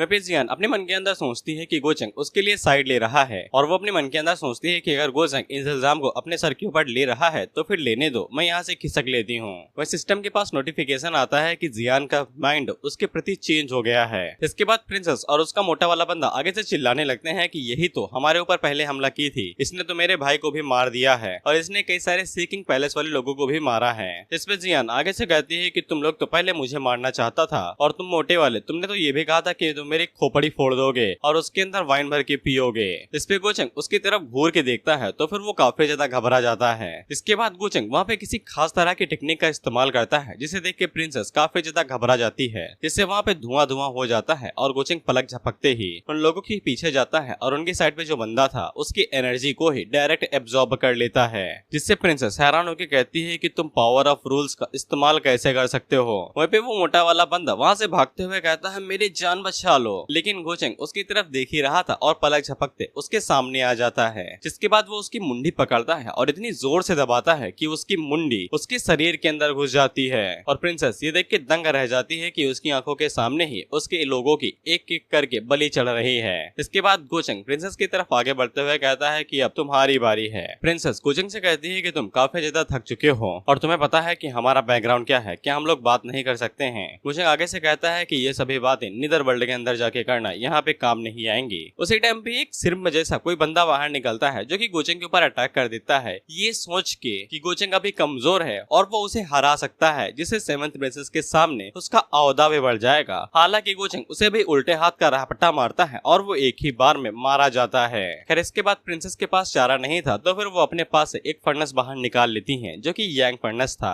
ये फेक ट्रेजर था लेकिन इसके बावजूद काफी ज्यादा शक्तिशाली था और ये गोचंग के मारने के लिए काफी ज्यादा था। वहीं पे गोचंग आगे से अपने पास से अलग अलग तरह की टेक्निक्स को भाई निकालता है, जिसके बाद वो वहाँ पे एंडलेस शॉट टेक्निक का इस्तेमाल करता है तो फिर वहाँ पे करोड़ों में शॉट आ जाती हैं। और कमाल की बात ये थी कि उनमें से हर एक शॉट के पास पावर ऑफ दोइस्ट रूल की थी, जिसे जियांग के भी पसीने छूटने लगते हैं कि जिसको वो मारना चाहती थी उसकी पावर इतनी ज्यादा है। खैर इसके बाद हम लोग देखते हैं कि वहाँ पे जो कुछ माउंटेन थे वो अटैक की वजह से एक ही बार में टुकड़े टुकड़े हो जाते हैं, जिसके बाद हम लोग प्रिंसेस को देखते हैं जिसकी बॉडी के ऊपर अनगिनत शॉट घुसी हुई थी और वो मारी जाती है। वहीं पे गोचंग सेवेंथ प्रिंसेस को जियांग के सामने डाल देता है और पूछता है कि मैं इसका क्या करूंगी। गोचंग उसे बताता है कि ये ट्रांसफॉर्मेशन भले ही थोड़े से अजीब बीस्ट के हो लेकिन इसके बावजूद इसकी बॉडी और एनर्जी काफी ज्यादा कमाल की है और इसके अंदर से निकलने वाली एनर्जी उसके मसल्स और बोन्स को ताकतवर बना सकती है। क्या तुम्हें नहीं चाहिए तो फिर मैं रख सकता हूँ। वहीं पे जियान गोचंग से पूछती है कि तुम यहाँ पे क्या कर रहे हो। गोचंग आगे से कहता है कि बस इत्तेफाक है। फिर इसके बाद जियान आगे से हंसने लगती है और वो साफ मना कर देती है गोचंग को शुक्रिया कहने से। इस पे गोचंग उसे कहता है कि मैं तुम्हारा बड़ा भाई हूँ और तुम्हारे लिए कुछ भी कर सकता हूँ, लेकिन अभी लगता है कि तुम्हें बस सिर्फ मार की जरूरत है, वो भी काफी कस के। इसके बाद गोचंग वहाँ से जाते हुए कहता है कि चलो चलो मैं जा रहा हूँ। वहीं पे जियान उसे कहती है कि मैं तुमसे बदला लेके रहूंगी। गोचंग उसे कहता है कि कल्टीवेशन करो जाके, यहाँ तक कि तुम्हारी जो कंडीशन है तुम मेरे कपड़े धोने के भी काबिल नहीं हो। हालांकि गोचंग ने तो असली में तलवे चाटने के लिए बोला था, जिससे जियान को उसका पास्ट याद आता है, क्योंकि जब वो छोटी रहा करती तो फिर वो गोचंग के भाई पैर ही चाटा करती थी उसे काम निकलवाने के लिए। जो भी लोग उसे बुली करते थे तो वो भागते हुए गोचंग के पास ही जाती थी और उसका पैर पकड़ के रोने लगती थी। तो फिर गोचंग ऑफ कोर्स जियान के साथ जाता था और जो भी लोग उसे बुली करते थे वो उनको बुली करता था और तभी जियान काफी ज्यादा खुश रहा करती थी। इसके बाद जियान गोचंग से कहती है कि अब वो एक बच्ची नहीं है और वो जो भी कुछ कर रहा है, चाहे वो गिल्ड की वजह से कर रहा हो या फिर पछतावे की वजह से, इससे कोई फर्क नहीं पड़ता है। गोचंग उसे कुछ नहीं छुपा सकता है और वो किसी न किसी तरीके से गोचंग का सामना बिल्कुल सामने सामने से करेगी। खैर इससे गोचंग का ही फायदा होता है क्योंकि इससे जियान की मेंटालिटी चेंज हो जाती है और उसे डायनेस्टी वैल्यू मिलते हैं। गोचंग जाते हुए कहता है कि अच्छे से कोशिश करना। खैर इसके बाद गोचंग हमें बताता है कि जियान उसे भले ही हराना चाहती है लेकिन वो उसका दिल पहले ही गोचंग के लिए बदल चुका है। साथ ही में गोचंग ने प्रिंसेस की बॉडी देने से पहले ही उसके लाइफ एसेंस को एब्जॉर्ब कर लिया था और जो भी कुछ बचा कुचा माल था वो जियान के लिए छोड़ दिया था, जो जियान हल्का सा एब्जॉर्ब कर लेती है और गोचंग को ऐसा लगता है कि उसने बहुत ज्यादा इज्जत वाला काम किया है। ये सीन देख के मुझे मेरा बचपन याद आ गया, जहाँ पे मेरा बड़ा भाई खाने के लिए आधा सामान खुद खा जाता था और बचा हुआ मुझे देता था, जो आधे का भी आधा था। फिर इसके बाद ये बात सभी को पता चल जाती है कि गोचंग ने सीकिंग पैलेस वालों को हरा दिया है और उनकी सेवंथ प्रिंसेस जो हवा में उड़ती थी उसके पर कतर के जमीन में गाड़ दिया है। वहीं पे लैंगटियान आगे से कहता है कि गोचंग की ग्रोथ रेट काफी ज्यादा हाई है और यंगर जनरेशन के अंदर कोई भी उसका मुकाबला नहीं कर सकता है, जिससे लिली काफी ज्यादा खुश होती है। तो लैंगटियान उसे पूछता है तुम्हारे मुंह में ज्वार भाटा क्यों आ रहा है भाई। उस पे लिली कहती है कि वो खुश नहीं है। फिर इसके बाद हम लोग मिंग को देखते हैं जिसका सामना इनर वर्ल्ड के लोगों से हो जाता है और उनमें से एक ड्रैगन कोई बच्ची थी जो कि मिंग को हराने की कोशिश कर रही थी। वहीं पे मिंग अपने मन के अंदर सोचती है कि उसने सोचा नहीं था कि उसकी मुलाकात यहाँ पे कुछ ऐसे कैरेक्टर से हो जाएगी जो थोड़े से मुश्किल होंगे। कहा था कि उसकी पिछली मेमोरी के दौरान ऐसा कुछ होना तो नहीं था, लेकिन मिंग को इतना जरूर पता चल जाता है कि जो लड़की उसके ऊपर हमला कर रही है वो लॉन्ग टेंग जो कि एक रियल ड्रैगन है और वो ड्रैगन का बादशाह है, उसके लिए काम करती है। हालांकि मिंग यहाँ पे अपनी ट्रिक्स को दिखाना नहीं चाहती थी, नहीं तो वो इस सबॉर्डिनेट को यही मसल दे उसी टाइम पे वो सबॉर्डिनेट मिंग के ऊपर पीछे से हमला कर देती है, तो फिर मिंग एक ही झटके में उसके अटैक को रोक लेती है। लेकिन वो दोनों पानी के ऊपर लड़ रहे थे, तो उनकी फोर्स की वजह से वहाँ पे सुनामी आ जाती है और वो पूरा जंगल ही डूब जाता है। वहीं पे आसपास कुछ लोग थे जो कि मिंग को लड़ते हुए देख रहे थे। वहीं पे इन लोगों की बातों से हमें पता चलता है कि जो एशियन कॉन्टिनेंट के जो लोग होते हैं, वो जो बाहर वाले यानी कि गोचंग के साइड के जो भी लोग होते हैं, उनके गुलाम, सब्जेक्ट या फिर कोई काम वाले होते हैं उनके क्रिएटर के तौर पे। लेकिन कॉन्टिनेंट के अंदर उनकी स्पिरिट एनर्जी उनके मुकाबले में काफी ज्यादा हाई रहती है, इसलिए जो लोग भी यंगर जनरेशन की तरफ से वो उनका मुकाबला नहीं कर सकते हैं। और मिंग अभी जिस लड़की के खिलाफ लड़ाई कर रही है वो एक परफेक्ट एग्जाम्पल है। इसलिए इन लोगों को फ्यूचर में और भी ज्यादा चौकन्ना और सोच समझ के अपने कदम आगे बढ़ाने पड़ेंगे। वहीं पे वो लड़की गोचेंग से मिंग से कहती है कि तुम मेरे लॉर्ड के लिए परफेक्ट हो और उन्हें हमेशा से ताकतवर वुमन ही चाहिए थी। हालांकि मिंग अपनी मन के अंदर सोचती है और वो हमें लॉन्ग टंग के पिछली लाइफ के बारे में बताती है कि वो पिछली लाइफ के अंदर एशियन कॉन्टिनेंट को तोड़ के हेवनली टेंट्स के अंदर आ चुका था, यानी कि अपर रियलम के अंदर, जहाँ पे उसने बेहिसाब मार काट मचाया और कई सारे लोगों को मार दिया। लेकिन अचानक से वो गायब हो गया। कई सारे लोग उसका आता पता ढूंढने की कोशिश कर रहे थे, क्योंकि उसने कई सारे लोगों को भाई गुस्सा दिला दिया था। लेकिन उसकी दौत फॉरबिडन थी, किसी को नहीं पता था कि वो कहाँ है। लेकिन उसे मारने से पहले बेइंतहा टॉर्चर किया गया था। लेकिन हमारे मिंग को पता था कि ये काम उसके प्यारे फियांसे का ही है। उसके पास डिवॉवरिंग इमॉर्टल टेक्निक है, जिसकी मदद से वो किसी को भी डिवॉवर कर सकता है। तो फिर वो लॉन्ग ट्रू ड्रैगन एसेंस को कैसे जाने दे सकता था। वहीं पे मिंग मुस्कुराते हुए अपने मन के अंदर सोचती है कि अगर मैं ये काम अपने पति को दे दूं तो कोई बुराई तो नहीं है। वैसे भी इन्हें खात्मा करने ही वाला है, तो वो थोड़ा जल्दी कर देगा। और ऊपर से मिंग के सामने जो कैरेक्टर है वो उसके लिए एक्स्ट्रा एफर्ट के लिए वर्दी ही नहीं है। वो लड़की मिंग के मुस्कुराते हुए चेहरे को देख के कहती है कि ऐसा लगता है कि तुमने अपना इरादा बदल लिया है। क्या तुम मेरे मास्टर के स्लेव बनने के लिए रेडी हो? जिसपे मिंग आगे से कहती है कि शुक्र मनाओ कि ये बात मेरे पति ने नहीं सुने। इससे वो लड़की भी हैरान होती है। जिसके बाद मिंग उससे कहती है कि जाओ और जाके और अपने लॉर्ड को बता दो कि वो कभी भी मेरे फियांसे के सामने ना आए, नहीं तो वो उसे मार मार के केचुआ बना देगा।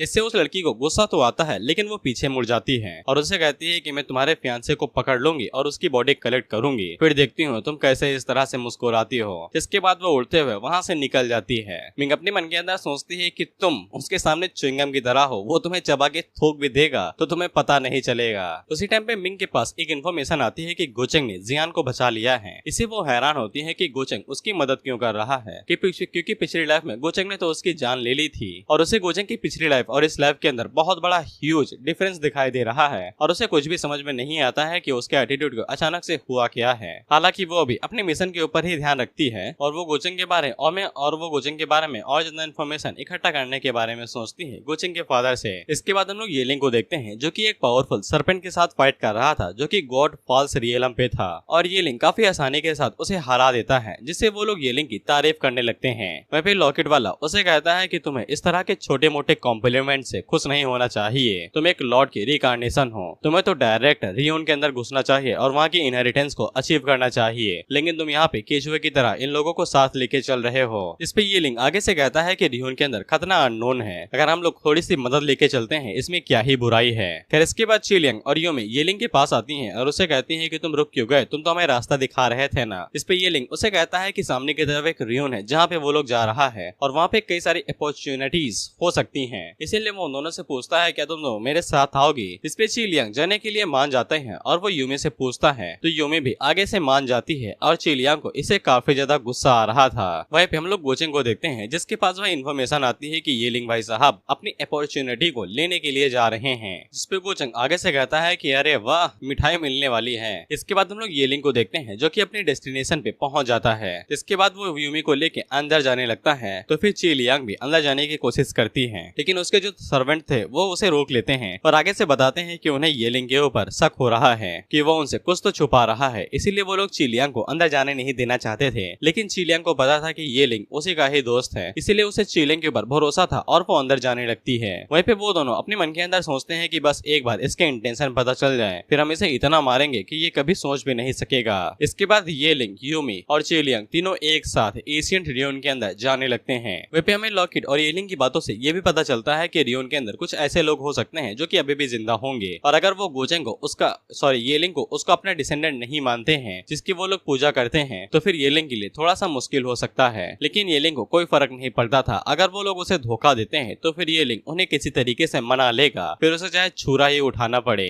वहीं पे हम लोग रियोन के अंदर रहने वाले उन लोगों को देखते हैं जो कि येलिंग के बारे में ही बात कर रहे थे। इन्हें ऐसा लगता है कि हेवनली लॉर्ड ऑफ रिकॉर्डिनेशन वापस आ चुका है। इसे ये लोग सोचते हैं कि जो भविष्यवाणी सुनाई गई थी वो सच हो चुकी है। हालांकि इन लोगों की बातों से हमें ये पता चलता है कि ये लोग यहाँ पे काफी टाइम से ही हेवनली लॉर्ड की जो इनहेरिटेंस थे उसे प्रोटेक्ट करते आ रहे हैं और इन्हें ऐसा लगता है कि अगर येलिंग यहाँ पे आ जाता है तो वो उन लोगों से वो सारी इनहेरिटेंस लेके चला जाएगा जिसको ये लोग सदियों से गार्ड करते आ रहे हैं और ये लोग उस इनहेरिटेंस को ले भी नहीं सकते हैं क्योंकि ये लोग दरवाजा ही नहीं खोल पा रहे हैं और इन्हें ऐसा लगता है कि दरवाजा खोलने की चाबी जरूर उनका सक्सेसर होगा। इसलिए उनमें से जो एक लीडर था जो कि इन लोगों को बुलाया था वो उन लोगों से कहता है कि बाहर से जो लोग यहाँ पे आए हैं उनकी स्ट्रेंथ फाल्स गॉड रियलम से ज्यादा नहीं है, इसलिए अगर हम लोग उस इनहेरिटेंस को बचाना चाहते हैं तो फिर हमें डायरेक्टली उसे मारना ही पड़ेगा। इसके बाद वो औरत जिसने इन लोगों को बुलाया था वो उनसे कहती है कि बाहर वाले लोगों के ऊपर नजर रखो, अगर कुछ भी अजीब होता है तो उन्हें तुरंत ही मार देना, हम लोग इसे गलती से भी जाने नहीं दे सकते हैं। इसके बाद हम लोग येलिंग और बाकी लोगों को देखते हैं जो कि रियोन के अंदर आ रहे थे और उसी टाइम पे वो उन 5 लोगों को देखते हैं जो कि हथियार लेके बाहर वाले लोगों को मारने के लिए जा रहे थे। वहीं पे येलिंग लॉकेट से पूछता है कि ये सभी लोग अचानक से बाहर क्यों निकल रहे हैं। इस पे लॉकेट उसे कहता है कि शायद ये लोग तुम्हारे लिए हो सकते हैं और लॉकेट उसे कहता है कि घबराओ नहीं, शायद से ये सिचुएशन कुछ ज्यादा ही अननोन है और शायद से हेवनली लॉर्ड तुम्हें टेस्ट करना चाहते होंगे। इस पे येलिंग आगे से कहता है कि कितने टेस्ट दूंगा, क्या वो मेरे लिए कुछ छोड़ के भी गए हैं कि बस मैं वो लोगों से बेइज्जत ही होता रहूंगा।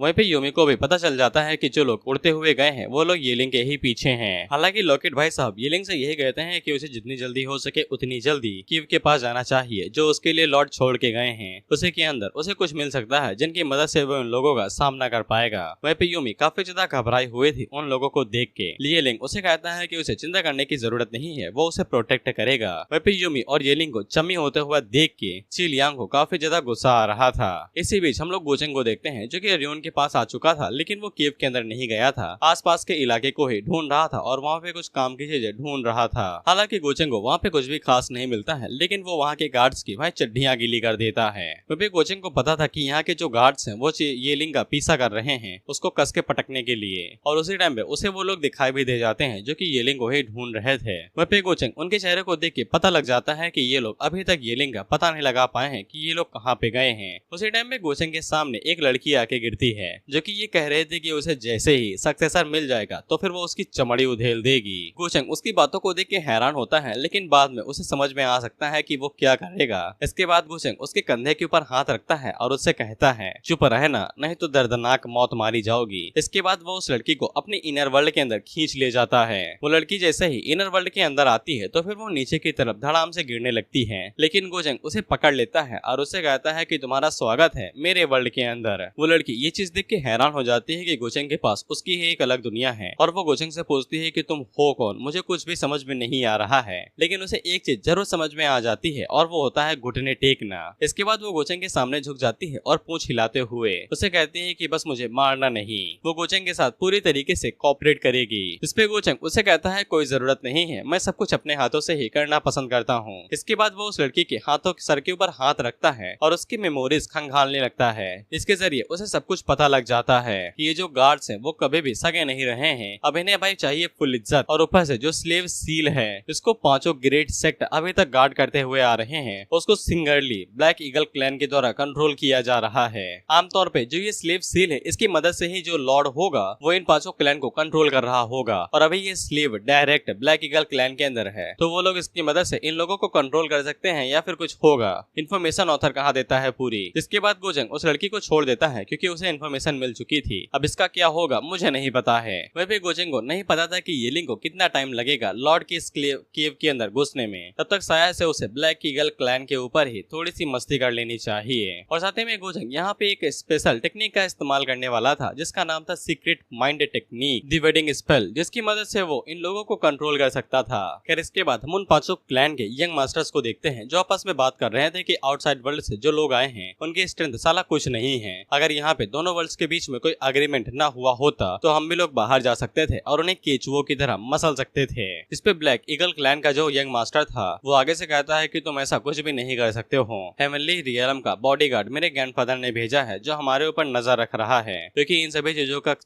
चीजों का रिश्ता हमारे क्लैन के फीड से जुड़ा हुआ है। उसी टाइम पे किसी क्लैन का यंग मास्टर ईगल क्लैन वाले यंग मास्टर से कहता है तुम्हें तो खुश होना चाहिए क्योंकि तुम्हारे पास एक कमाल की बड़ी बहन है और अगर ये पूरी दुनिया इधर की उधर हो जाती है, लेकिन वो फिर भी तुम्हारे साथ खड़ी रहेगी। हेमिंग। इस पे हेमिंग उसे कहता है तुम्हारा मतलब क्या है। तो वो बंदा आगे से कहता है कि तुम्हारे ग्रैंडफादर क्लैन के एल्डर हैं, तुम्हारी बड़ी बहन जिसके पास एक्स्ट्रा ऑर्डिनरी टैलेंट है, और तुम दोनों ही एक ऐसे पावर हाउस से आते हो जो कि हेवनली गॉड रियलम पे है, और तुम जहाँ चाहे वहाँ पे जा सकते हो। लेकिन तुम दोनों एक साथ पैदा हुए हो, लेकिन इसके बावजूद तुम बिल्कुल यूजलेस हो। तुम हमेशा से अपनी बहरी बहन के साइडों के अंदर ही जियोगे, जिसके पास बिल्कुल भी रोशनी नहीं होगी कि वो अपनी फैमिली के बीच में भी कुछ बोल सके। इसलिए ऐसा कहा जा सकता है कि तुम पूरे क्लैन के लिए बस एक इनविजिबल पर्सन हो। दरअसल हेमिंग के पास कोई भी कल्टीवेशन टैलेंट नहीं है, और उसकी बहन के पास लाजवाब कल्टीवेशन टैलेंट है, और इस बात को हेमिंग भी एक्सेप्ट करता है कि उसकी बहन लाजवाब कल्टीवेटर है, और वो कुछ ऐसा अचीव कर सकती है जिसको वो कभी भी अचीव नहीं कर पाएगा, लेकिन वो अपनी बहन के लिए काफी ज्यादा खुश है। इसके बाद वो बंदा हेमिंग से कहता है कि मैं तुम्हारा दोस्त हूँ, और मुझे अच्छे से पता है कि तुम अभी भी अपने दिल के अंदर से बस यही इच्छा करती हो कि तुम्हें कैसे भी कोई अपॉर्चुनिटी मिल जाए, इसकी मदद से तुम अपनी बहन की तरह सितारे की तरह चमक सको और तुम्हें भी रुतबा और इज्जत मिल सके। लेकिन मेरे दोस्त, ये सब तुम्हारे नसीब में नहीं है, क्योंकि बाहर की दुनिया से आए हुए कुछ लोथड़े हमें मार सकते हैं। इतना कहने के बाद वो सभी लोग वहाँ से निकल जाते हैं, और जब हेमिंग वहाँ पे अकेला बैठा हुआ था, उसी टाइम पे गोचेंग उसके मन के जरिए उससे बात करता है जैसे कि किसी मानवा के अंदर मेन कैरेक्टर से की जाती थी, और वो उसे पूछता है क्या तुम सभी लोगों से ऊपर उठना चाहते हो। जिसपे हेमिंग भी मेन कैरेक्टर की तरह हैरान होकर कहता है कौन है कौन है। तो गोचेंग उसे बात करते हुए कहता है जवान आदमी, अगर तुम ताकतवर बनना चाहते हो, क्या तुम चाहते हो कि तुम्हारा एग्जिस्टेंस इस दुनिया के सभी लोगों से ऊपर हो, क्या तुम डिवाइन कल्टीवेशन टेक्निक और स्किल्स को प्रैक्टिस करना चाहते हो, जिससे तुम दुनिया के अंदर सभी से ऊंचे पहुंच पाओगे। जिसपे हेमिंग अपने मन के अंदर सोचता है कि ये वही अपॉर्चुनिटी है जिसका वो इतने सालों से इंतजार कर रहा था, और वो आगे से तुरंत हाँ कह देता है। इसके बाद हम लोग देखते हैं कि गोचेंग उसके कॉन्शियस वर्ल्ड को अपने अंदर खींच लाता है, जहाँ पे उसके सामने एकदम कमाल की बड़ी सी दीवार खड़ी थी, और तभी उस दीवार के दरवाजे खुलना शुरू होते हैं, और अंदर से गोचेंग उसे कहता है तुम्हारा स्वागत है मेरी डोमेन के अंदर। और उसके अंदर से गोचेंग बाहर निकलता है, जिसने बिल्कुल इस तरह से कपड़े पहन रखे थे जिसे किसी कल्टीवेशन मानवा के अंदर कोई सिस्टम पहन रखता है। और वो हेमिंग से कहता है कि ये दुनिया एक ऐसी दुनिया है जहाँ पे नीदर वर्ल्ड और सभी वर्ल्ड के लोग आते हैं और उनका रिकार्नेशन होता है। और वो हेमिंग से कहता है कि तुम भले ही ईगल क्लैन के अंदर पैदा हुए हो और तुमने कोई भी मुश्किल नहीं सही है तुम्हारी बहन की वजह से, लेकिन तुमने अपने मन के अंदर काफी सारी चीजों को सहा है। तुम्हारे पास्ट से लेकर तुम्हारे फ्यूचर तक मुझे सब कुछ तुम्हारे बारे में पता है। जिसपे हेमिंग अपने घुटने गोचेंग के सामने टेक देता है और उसे भगवान कहते हुए कहता है कि मैं ताकतवर बनना चाहता हूँ, मैं कैसे ताकतवर बन सकता हूँ। वहीं गोचेंग को उस लड़की के जरिए इसके बारे में सारी इन्फॉर्मेशन मिल चुकी थी, और गोचेंग को ये भी पता चल जाता है कि ताकत बढ़ने का ऑब्सेशन इसके अंदर कूट कूट के भरा हुआ है, तभी तो ये इतनी जल्दी चारा पकड़ लिया। जिसपे गोचेंग हेमिंग से कहता है कि मैं तुम्हारे हालातों को समझता हूँ, और गोचेंग अपने आप को supreme emperor of good Fortune बताता है, बेसिकली किस्मत वाला। और वो हेमिंग से कहता है कि मेरे फॉलोवर बन जाओ, अपना नाम बताओ, इसके बाद तुम एक्सटर्नल गेन को प्राप्त करोगे और तुम्हें चरम सुख की प्राप्ति होगी। भले ही हेवन टूट जाए, तुम्हारी असली दुनिया अलग हो जाए, लेकिन तुम्हें हमेशा फायदे मिलते ही रहेंगे। हेमिंग इन सभी बातों को सुन के काफी ज्यादा एक्साइटेड हो जाता है, और वो इन सभी चीजों के लिए मान जाता है। गोचेंग उसे कहता है कि मैं तुम्हें एक कमाल की टेक्निक दूंगा, इसलिए जल्दी से अपना सी ऑफ कॉन्सिनेंस को ओपन करो और जल्दी से मेरे रास्ते को फॉलो करो। इसके लिए हेमिंग तुरंत मान जाता है, जिसके बाद गोचेंग उसे अपनी टेक्निक दे देता है, और वो जैसे ही उस टेक्निक को मास्टर करता है तो फिर हमें पता चलता है कि गोचेंग ने वहाँ पे माइंड कंट्रोल टेक्निक दी है जिसका नाम वेडिंग ड्रेस है। हेमिंग की बातों से हमें पता चलता है कि इस टेक्निक की मदद से उसका टैलेंट कैसा भी हो इसे कोई फर्क नहीं पड़ता है, वो डायरेक्ट गोचेंग की पावर का हिस्सा ले रहा है, यानी कि गोचेंग उसे अपनी पावर का हल्का सा हिस्सा दे रहा है, इसकी मदद से वो अपनी कल्टीवेशन को काफी ज्यादा बढ़ा सकता है। और बेशक गोचेंग देने वालों में से नहीं सिर्फ लेने वालों में से है। हालांकि हेमिंग जो मिल चुका था इससे वो काफी ज्यादा खुश था, वहीं पे गोचेंग भी आगे से काफी ज्यादा खुश था क्योंकि इसने वो टेक्निक ले ली है और सीड पहले ही प्लांट हो चुका है। अब ये जैसे जैसे अपनी पावर को बढ़ाएगा वैसे वैसे उसकी पावर भी बढ़ती जाएंगी। वहीं पे हेमिंग आगे से चिल्लाने लगता है कि उसे तो डिवाइन आर्ट मिल गई है, अब उसे कोई भी लूजर की तरह नहीं देखेगा। गोचेंग अपने मन के अंदर सोचता है कि बिना किसी चीज के पावर का मिलना काफी ज्यादा कमाल की चीज होती है और कोई भी इसे रजिस्ट नहीं कर पाता है। मैंने बस तुम्हें हल्की सी उम्मीद दी है, इसकी मदद से तुम अपनी काली परछाई को अब पीछे छोड़ सकते हो। वहीं पे गोचेंग जब ऐसा कांड करता है तो फिर उसे ऐसी फीलिंग आती है कि जैसे उसने सन ऑफ फेट को बना दिया है। अब हेमिंग की मदद से उसे ईगल क्लैन को कंट्रोल करने में ज्यादा दिक्कत नहीं होगी, जिसके बाद वो पांचों ग्रेट क्लैंस को भी कंट्रोल कर सकता है और ये मामला उसके लिए काफी ज्यादा कमाल का है। इसके बाद गोचेंग वहाँ से निकल जाता है और हेमिंग भी अपनी रियल वर्ल्ड के अंदर आ जाता है। खैर इसके बाद हेमिंग तुरंत उस टेक्निक को प्रैक्टिस करना शुरू करता है और उसे ऐसा लगता है कि अब वो पांचों क्लैन के अंदर कमाल का ताकतवर बंदा बनेगा। खैर इसके बाद हम लोग ड्रैगन क्लैन के लॉन्ग लॉन्ग को देखते हैं जो कि पत्थरों को तोड़ते हुए अपने फॉलोअर्स के सामने आता है, जहाँ पे वो उसके फॉलोअर्स उसके सामने सर झुका के उसे ग्रीटिंग करते हैं और वो उन लोगों से पूछता है कि जो मैंने काम दिया था वो कैसा चल रहा है। जिसपे उसकी बहन उसे बताती है कि उन लोगों ने आउटसाइड वर्ल्ड से जितनी खूबसूरत औरतें थी उन्हें पकड़ लिया है, लेकिन उन्हें एक ऐसी औरत मिली है जिसका टैलेंट एक्स्ट्रा ऑर्डिनरी है और वो काफी ज्यादा खूबसूरत भी है। इसके बाद उसकी बहन वहाँ पे किसी डिवाइस के जरिए उसे म्यूकिंग की शक्ल दिखाती है, जहाँ पे मिंग को देख के लॉन्ग के मुंह से पानी टपकने लगता है और आगे से कहता है कि मैंने अपनी बहन से यह उम्मीद की थी। लेकिन उसकी बहन अपने बड़े भाई को गोचेंग के बारे में बताती है कि उसका फियांसे कमाल की फैमिली गो फैमिली से आता है और वो डॉटियन इमोर्टल पैलेस का सक्सेसर भी है और उसे बाहरी दुनिया के अंदर रियल इमोर्टल माना जाता है। लेकिन लॉन्ग को इससे घंटा फर्क नहीं पड़ता था, वो अभी भी गोचेंग को एकदम चूहा समझ रहा था और वो आगे से कहता है कि अगर वो मुझे रोकने की कोशिश करेगा तो फिर मैं उसकी फियांसे के सामने ही उसे चीर के रख दूंगा। खैर इसके बाद हम लोग एक जगह पे कई सारे लोगों को इकट्ठा होते हुए देखते हैं, क्योंकि लॉन्ग ने यहाँ पे अनाउंस कर दिया था कि वो गोचेंग को मसलने वाला है, इसीलिए ये सभी लोग यहाँ पे इकट्ठा हुए थे ये देखने के लिए कि कौन जीतने वाला है। वहीं पे गोचेंग ने पहले ही लॉन्ग के जो भी सबोर्डिनेट्स थे उन लोगों को पकड़ लिया है, इसलिए इन्हें पक्का यकीन था कि यहाँ पे तो मार धाड़ पक्का होने वाली है। बस इन्हें इस बात का इंतजार था कि जीतेगा कौन। गोचेंग भी शक्तिशाली है और लॉन्ग भी शक्तिशाली है। वहीं पे लिली अपने भाई से पूछती है क्या सच में लॉन्ग गोचेंग को हरा सकता है। इस पे लॉन्ग टियन आगे से बताता है कि जब वो यहाँ पे आया था तब उसने लॉन्ग के बारे में सुना था कि उसकी ताकत सच में बहुत ज्यादा कमाल की है और वो गोचेंग को काफी ज्यादा फोर्स कर सकता है। अगर वो दोनों लड़ते हैं तो फिर उन्हें बहुत ज्यादा कमाल का शो देखने के लिए मिलेगा और साथ ही में वो लोग गोचेंग की असली ताकत का भी सामना कर पाएंगे। इसके बाद हम लोग मिंग को देखते हैं और उसके हाथों में हम लोग एक इमॉर्टल स्पिरिट फ्रूट को देखते हैं जिसके अंदर इमॉर्टल स्पिरिट का ऑरा है। इसकी मदद से मिंग बड़ी आसानी के तहत फॉल्स गॉड रियलम के अंदर जा सकती है। जिसके बाद वो अपने लोगों से गोचेंग के बारे में पूछती है तो वो लोग बताते हैं कि उन्हें नहीं पता है कि गोचेंग अभी क्या कर रहा है। वह भी मिंग को पता था कि उनके पतिदेव इसी समय सिर्फ ग्रेव क्रॉप्स के अंदर होंगे, जहाँ पे वो लाशों को निकाल के उन्हें एब्जॉर्ब कर रहे होंगे कल्टीवेशन को बढ़ाने के लिए। हालांकि मिंग इसी बारे में सोचती है कि अब तक गोचेंग का सामना लॉन्ग से नहीं होना था, लेकिन गोचेंग इस बार मिंग की वजह से उसका सामना जल्दी करने वाला है।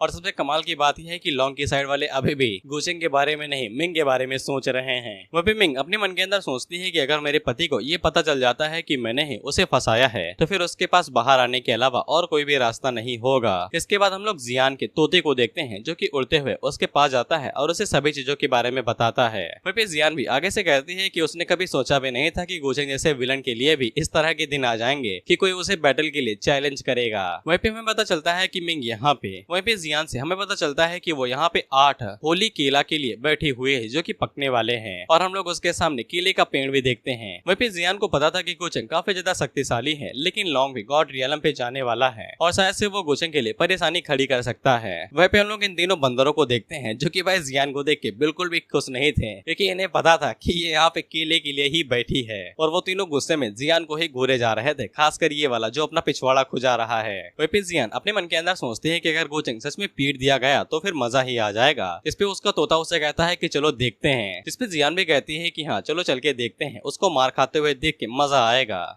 इसके बाद हम लोग हीमिंग को देखते हैं जो कि बहुत ज्यादा खुश था क्योंकि उसने टेक्निक को प्रैक्टिस कर लिया था और उसी टाइम पे वहाँ पे उसकी बड़ी बहन आती है जो उससे पूछती है कितना गला फाड़ के क्यों हंस रहे हो, क्या कोई परेशानी हो गई है। तो फिर हीमिंग जल्दी से जाता है और दरवाजा बंद करके अपनी बहन से कहता है कि उसे कुछ कमाल का मिला है। उसकी बहन उससे कहती है कि बस तुम कोई परेशानी न खड़ी करो, मैं उसी से बहुत ज्यादा खुश हूँ। इसके बाद मिंग आगे बढ़ता है और गोचेंग की टेक्निक उसे दिखाता है तो उसकी बहन ये देख के हैरान हो जाती है कि इस नमूने के हाथों में डिवाइन एशियन टेक्निक लग गई है और वो अपने भाई से पूछती है कि तुम्हें ये टेक्निक मिली कहाँ से। जिसपे हीमिंग आगे से कहता है कि बस मिल गई, ज्यादा मत सोचो और इसका इस्तेमाल कर लो और तुम इसे एल्डर और बाकी लोगों को भी दे सकती हो। जिसपे हीमिंग की बहन उसे कहती है कि ये बड़ी कमाल की बात है कि तुम्हें इस तरह की चीज मिल गई है और तुम ये क्लैन को देना चाहते हो। जिसपे हीमिंग आगे से कहता है कि ये बहुत ज्यादा कमाल की चीज है और उसके पास कोई कल्टीवेशन नहीं है, ना ही कोई अच्छा टैलेंट है। अगर ये टेक्निक उसके साथ रहती है तो वेस्ट ही हो जाती। इसके अलावा अगर वो टेक्निक क्लैन को दे देता है तो इससे वो लोग अपनी ताकत को बढ़ा सकते हैं, जिससे उनकी सेकंड जनरेशन थोड़ी सी और अच्छी लाइफ जी सकती है।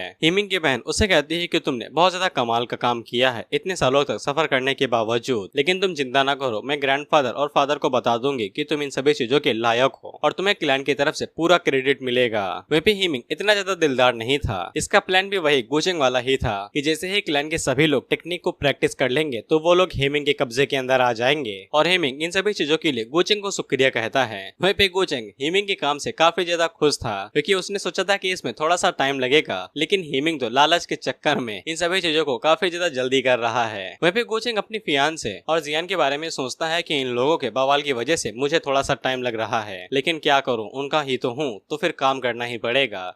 और उसी के पीछे हम लोग लॉन्ग की बहन को देखते हैं जिसे टॉर्चर किया जा रहा था। खैर इसके बाद गोचेंग के साथ ही उसे बताते हैं कि उन लोगों को न्यूज मिली है कि लॉन्ग टेन वहाँ पे आ चुका है और उसके साथ 7 लोग हैं, जिनमें से ज्यादातर गॉड फॉल्स रियलम पे हैं और कुछ किंग रियलम पे हैं। वहीं पे गोचेंग लॉन्ग को देखते अपने मन के अंदर यही सोचता है कि कितने बेवकूफ लोग हैं, खुद ही इतने जल्दी मरना चाहते हैं। मुझे तो लगा था कि थोड़ा सा टाइम लगेगा, लेकिन ऐसा लगता है कि वो मरना चाहता है तो फिर मुझे उसकी मदद ही करनी पड़ेगी। वहीं पे लॉन्ग की बहन का एटीट्यूड अभी भी थोड़ा सा बदला नहीं था और वो गोचेंग से कहती है कि तुम्हें मेरे भाई से डर के रहना चाहिए, वो तुम्हारी चमड़ी उधेल सकता है। और रही बात तुम्हारी बीवी की, तो गोचेंग उसी टाइम पे लॉ की पावर का इस्तेमाल करते हुए उसके मुंह के ऊपर खींच के कंटाप मारता है, जिससे उसका मुंह जमीन में जा घुसता है। गोचेंग उससे कहता है कि तुम्हारी किस्मत अच्छी है कि तुमने मिंग को उस टाइम पे ज्यादा परेशान नहीं किया, नहीं तो तुम्हारे पास यहाँ तक जिंदा रहने का भी समय नहीं होता, और प्लस में तुम अपने रिकार्नेशन साइकिल से बाहर ही निकल जाती।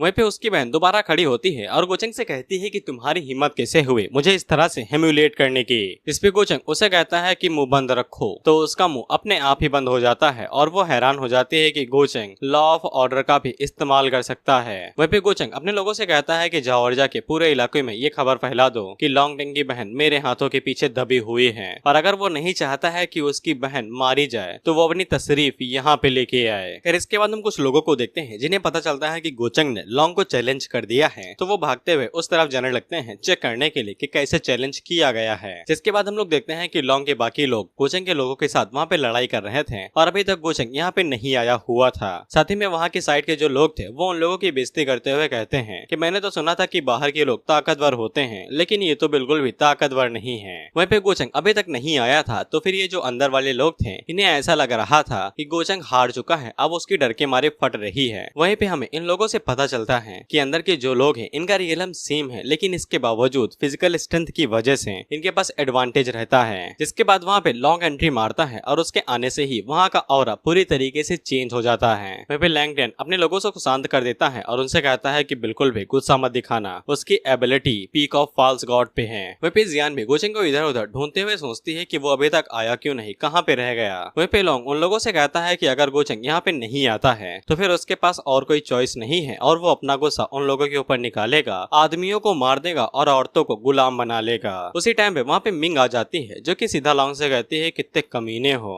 वहीं पे लॉन्ग मिंग को देख के लट्टू हो जाता है और उससे कहता है अगर मैं गोचेंग को मार देता हूँ तो फिर तुम्हें मेरा फॉलोवर बनना पड़ेगा। जिसपे मिंग आगे से कहती है ये ले। इसके बाद वो अपनी सीक्रेट टेक्निक का इस्तेमाल करते हुए वहाँ पे टाइटिक ब्लेजिंग शॉट का इस्तेमाल करती है और लॉन्ग की तरफ सामने की तरफ एक शॉट जाती है, लेकिन लॉन्ग के ऊपर इसका कोई असर नहीं होता है और वो एक हाथ मार के उस शॉट को तोड़ देता है। वहीं पे वो लोग लॉन्ग की स्ट्रेंथ को देख के काफी ज्यादा हैरान हो जाते हैं और कहते हैं कि शायद से गोचेंग को परेशानी होने वाली है, लेकिन लैंग टियान को गोचेंग के ऊपर भरोसा था क्योंकि मिंग की कल्टीवेशन अभी इतनी तक हाई नहीं हुई है और लॉन्ग उसका अपोनेंट है भी नहीं।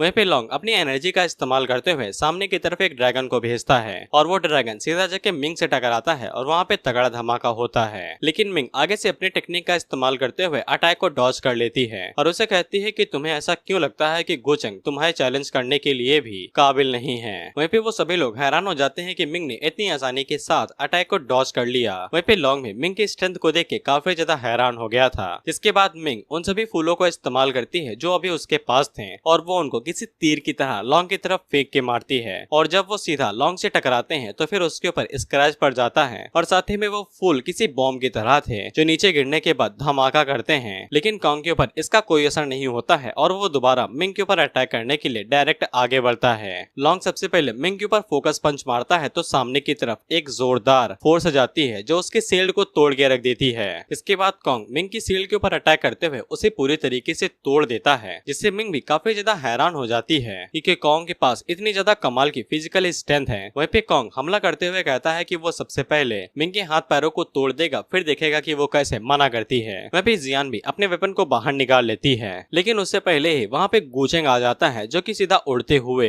कॉन्ग के मुंह के ऊपर फ्लाइंग किक एक दे मारता है जिससे वो उड़ते हुए दूर जाके गिरता है। और वो कॉन्ग से कहता है कि जब मैंने तुमसे कहा कि तुम मेरे पास आओगे तो फिर तुम मेरे पास क्यों नहीं आए और यहाँ पे आके फालतू की हरकतें करने लगे, तुम एक नंबर की बेवकूफ हो। वहीं पे जिसके बाद गोचंग मिंग की तरफ देखता है तो फिर उसे समझ में आ जाता है कि आगे क्या करना है और वो आगे से दिखावा करते हुए मिंग से पूछता है तुम्हें चोट तो नहीं लगी, जिसपे मिंग पीछे की तरफ देखती है और उसे समझ में आ जाता है कि ये नाटक कर रहा है और वो आगे से चमी होते हुए कहती है कि वो बिल्कुल ठीक है और उसकी मदद करने के लिए शुक्रिया। इसे सभी लोग कहते हैं कि वाओ कितना लविंग कपल है। इसके बाद वहाँ पे लॉन्ग फिर से आता है तो फिर उसके ऊपर पॉइंट थे। इसे गोचंग को समझ में आ जाता है कि ये भी सन ऑफ फेट है। इसके बाद लॉन्ग गोचंग से कहता है कि मेरे लोगों को छोड़ दो तो फिर मैं तुम्हारी बॉडी को अधूरा नहीं रखूंगा। वहीं पे सिस्टम गोचंग से पूछता है बताओ भैया किसको मारना चाहोगे, तुम्हारे पास दो ऑप्शन है, या तो लॉन्ग टैंग को मार दो या फिर उसे अपना गुलाम बना लो। और मैंने तुम्हें बताया ही था कि अगर औरत होती तो ये पक्का दूसरा ऑप्शन चूज करता, लेकिन लड़कों के लिए भाई के पास कोई भी सिंपैथी नहीं है और वो डायरेक्ट फर्स्ट ऑप्शन चूज कर लेता है लॉन्ग टैंग को मारने का।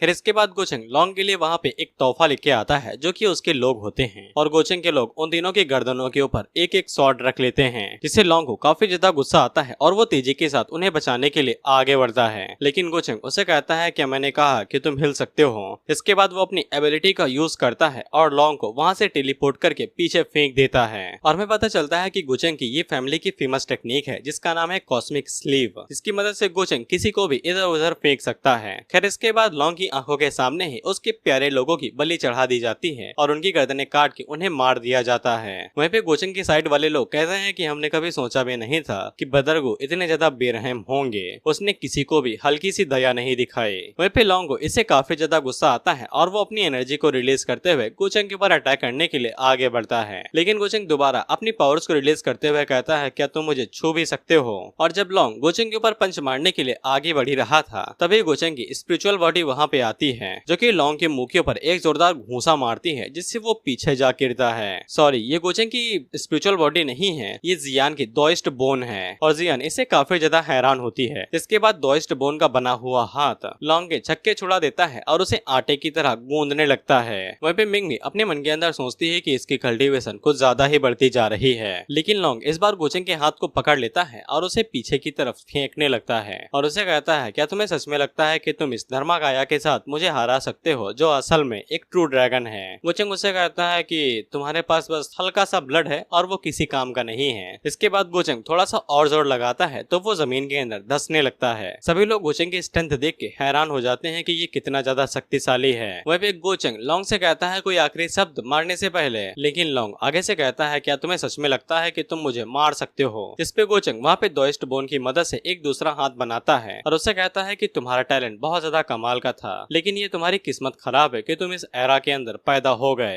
लेकिन अचानक से ही वो जगह हिलने लगती है क्योंकि हम लोग देखते हैं कि लॉन्ग इस क्रिटिकल मूवमेंट पे ब्रेक थ्रू करने वाला था जो कि बेशक सन ऑफ फिट होने की वजह से हो रहा था और लॉन्ग की साइड के जो भी लोग थे वो काफी ज्यादा खुश हो जाते हैं। वहीं पे लॉन्ग की बॉडी पहले से ज्यादा शक्तिशाली हो जाता है और वो गोचंग से कहता है कि अब तो किस्मत भी मेरे साथ है। इस पे गोचंग उसे कहता है कि तुम अभी भी नहीं समझे हो दोस्त। इसके बाद वो दोबारा वहाँ पे 2-3 हाथ निकालता है और लॉन्ग के ऊपर दे मारता है, लेकिन इसका भी कोई फायदा नहीं होता है और लॉन्ग का ऑरा और ज्यादा रिलीज होने लगता है जो कि ट्रू ड्रैगन का ऑरा था। इसके बाद लॉन्ग भी धीरे धीरे करके ड्रैगन के अंदर ट्रांसफॉर्म होने लगता है और वो गोचंग के हाथों को पीछे खींचते हुए कहता है कि उसका कल्टीवेशन लेवल उससे ज्यादा है, वो उसे कभी भी जीत नहीं सकता है। गोचंग उसे कहता है कि अभी भी भ्रम में हो। इसके बाद वहाँ पे 3-4 हाथ और आते हैं जो कि उसके ऊपर मार के उसे पीछे फेंक देते हैं और इसके बाद जब लॉन्ग अपने सामने देखता है तो फिर उसे असली धर्मकाया दिखाई देता है जिसके 6 हाथ थे और लॉन्ग गोचंग से कहता है कि भले ही उसका धर्मकाया शक्तिशाली है लेकिन वो कभी भी उसे हरा नहीं पाएगा। गोचंग उसे कहता है कि इसीलिए मैंने कहा कि तुम कभी भी हमारे बीच में असली गायब को देख ही नहीं सकते हो। जिसके बाद गोचंग वहाँ पे इमॉर्टल एंडलेस टेक्निक का इस्तेमाल करता है, वो भी धर्मकाया के साथ मिला के, जिससे वहाँ पे धर्मकाया की ब्लेसिंग भी मिल जाती है और गॉड किलिंग ऑर्डर निकलता है। और इसी के साथ हम लोग देखते हैं कि वहाँ पे कई सारी शॉर्ट्स आती हैं जो कि जंजीरों से बंधी हुई थी और बेशक धर्मकाया के साथ मिलने की वजह से इनकी टेक्निक और पावर और ज्यादा बढ़ गई थी। वहीं पे लॉन्ग को समझ में आ जाता है कि गोचंग यहाँ पे रूल्स की पावर का इस्तेमाल कर सकता है और वो तुरंत वहाँ से बच के भागने लगता है गोचंग को मॉन्स्टर कहते हुए।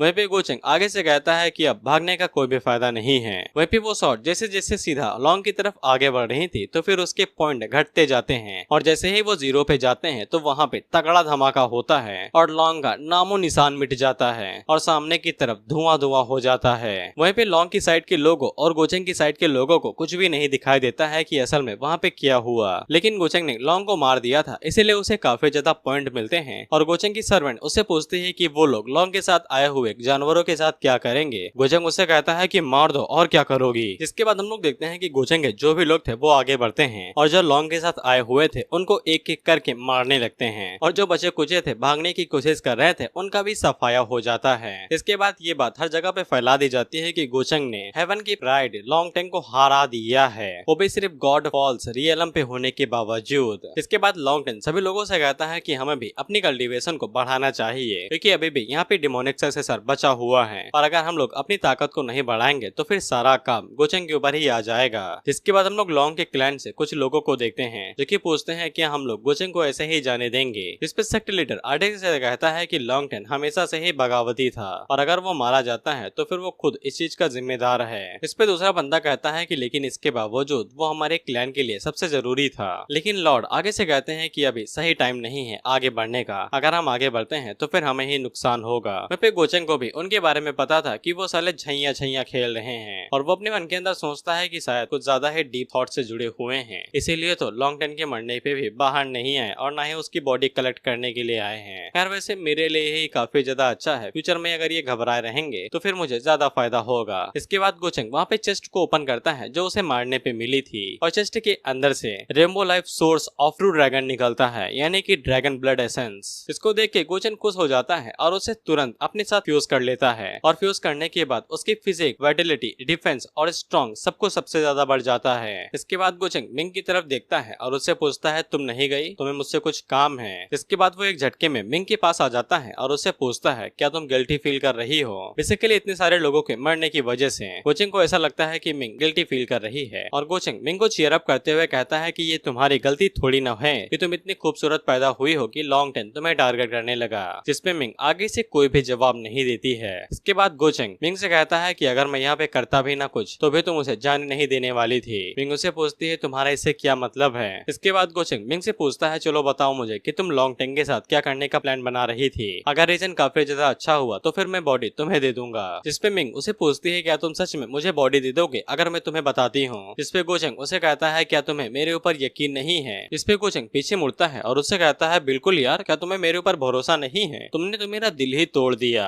और मिंग उसकी नौटंकी को देख के काफी ज्यादा हैरान होती है। खैर इसके बाद मिंग उसे अपनी असली सच्चाई बताती है कि वो यहाँ पे लॉन्ग टेंग की बॉडी से ट्रू ड्रैगन ब्लड को बाहर निकालने के लिए आया था, जो कि मिंग के लिए काफी ज्यादा कमाल की चीज है। इसे गोचेंग को याद आता है कि उसने अभी तो ट्रू ड्रैगन ब्लड एसेंस को एब्जॉर्ब कर लिया है और गोचेंग के पसीने छूटने लगते हैं क्योंकि अब वो अपनी बातों से मुकरने वाला था। और मिंग गोचेंग से कहती है कि अरे चेहरा तो देखो तुम्हारा, जैसे ही तुम्हें पता चला कि बॉडी के अंदर कुछ काम का है तो फिर तुम्हारी हरकतें बदलने लगी। इसके बाद वो पीछे मुड़ जाती है और वहाँ से जाते हुए कहती है कि वैसे भी मुझे ज्यादा उम्मीद नहीं थी। इसके बाद गोचेंग अपने दिमाग के घोड़े दौड़ाता है तो फिर उसे पता चलता है कि वो ड्रैगन ब्लड तो चेस्ट से बाहर निकला था, उसने बॉडी से निकाला ही नहीं है, इसीलिए उस ड्रॉप को अभी बॉडी के अंदर ही होना चाहिए। इसके बाद गोचेंग मिंग के पास दोबारा जाता है और उसे कहता है कि पहली बार तुमने उसकी इनहेरिटेंस के पीछे थी, इसके बाद तुम उसे मार के उसके ड्रैगन ब्लड को भी बाहर निकालना चाहती थी, तुम ही हो जो इन सभी चीजों का इस्तेमाल कर रही हो और इल्जाम मेरे ऊपर लगा रही हो कि मैं लालची बन रहा हूँ। और गोचेंग मिंग से कहता है कि तुम कब से इतनी ज्यादा चालाक और मतलबी लड़की बन गई। इस पे मिंग उसे पीछे धकेल देती है और उसे कहती है कि इससे तुम्हारा कोई भी लेना देना नहीं है। जिसके बाद वो गोचेंग को घूर के देखने लगती है, वो भी गुस्से में। गोचेंग उसे कहता है कि अगर तुम्हें उसकी बॉडी चाहिए तो फिर मैं तुम्हें दे सकता हूँ, लेकिन इसके बदले में तुम मुझे एक बार हस्बैंड कह के बुलाना पड़ेगा।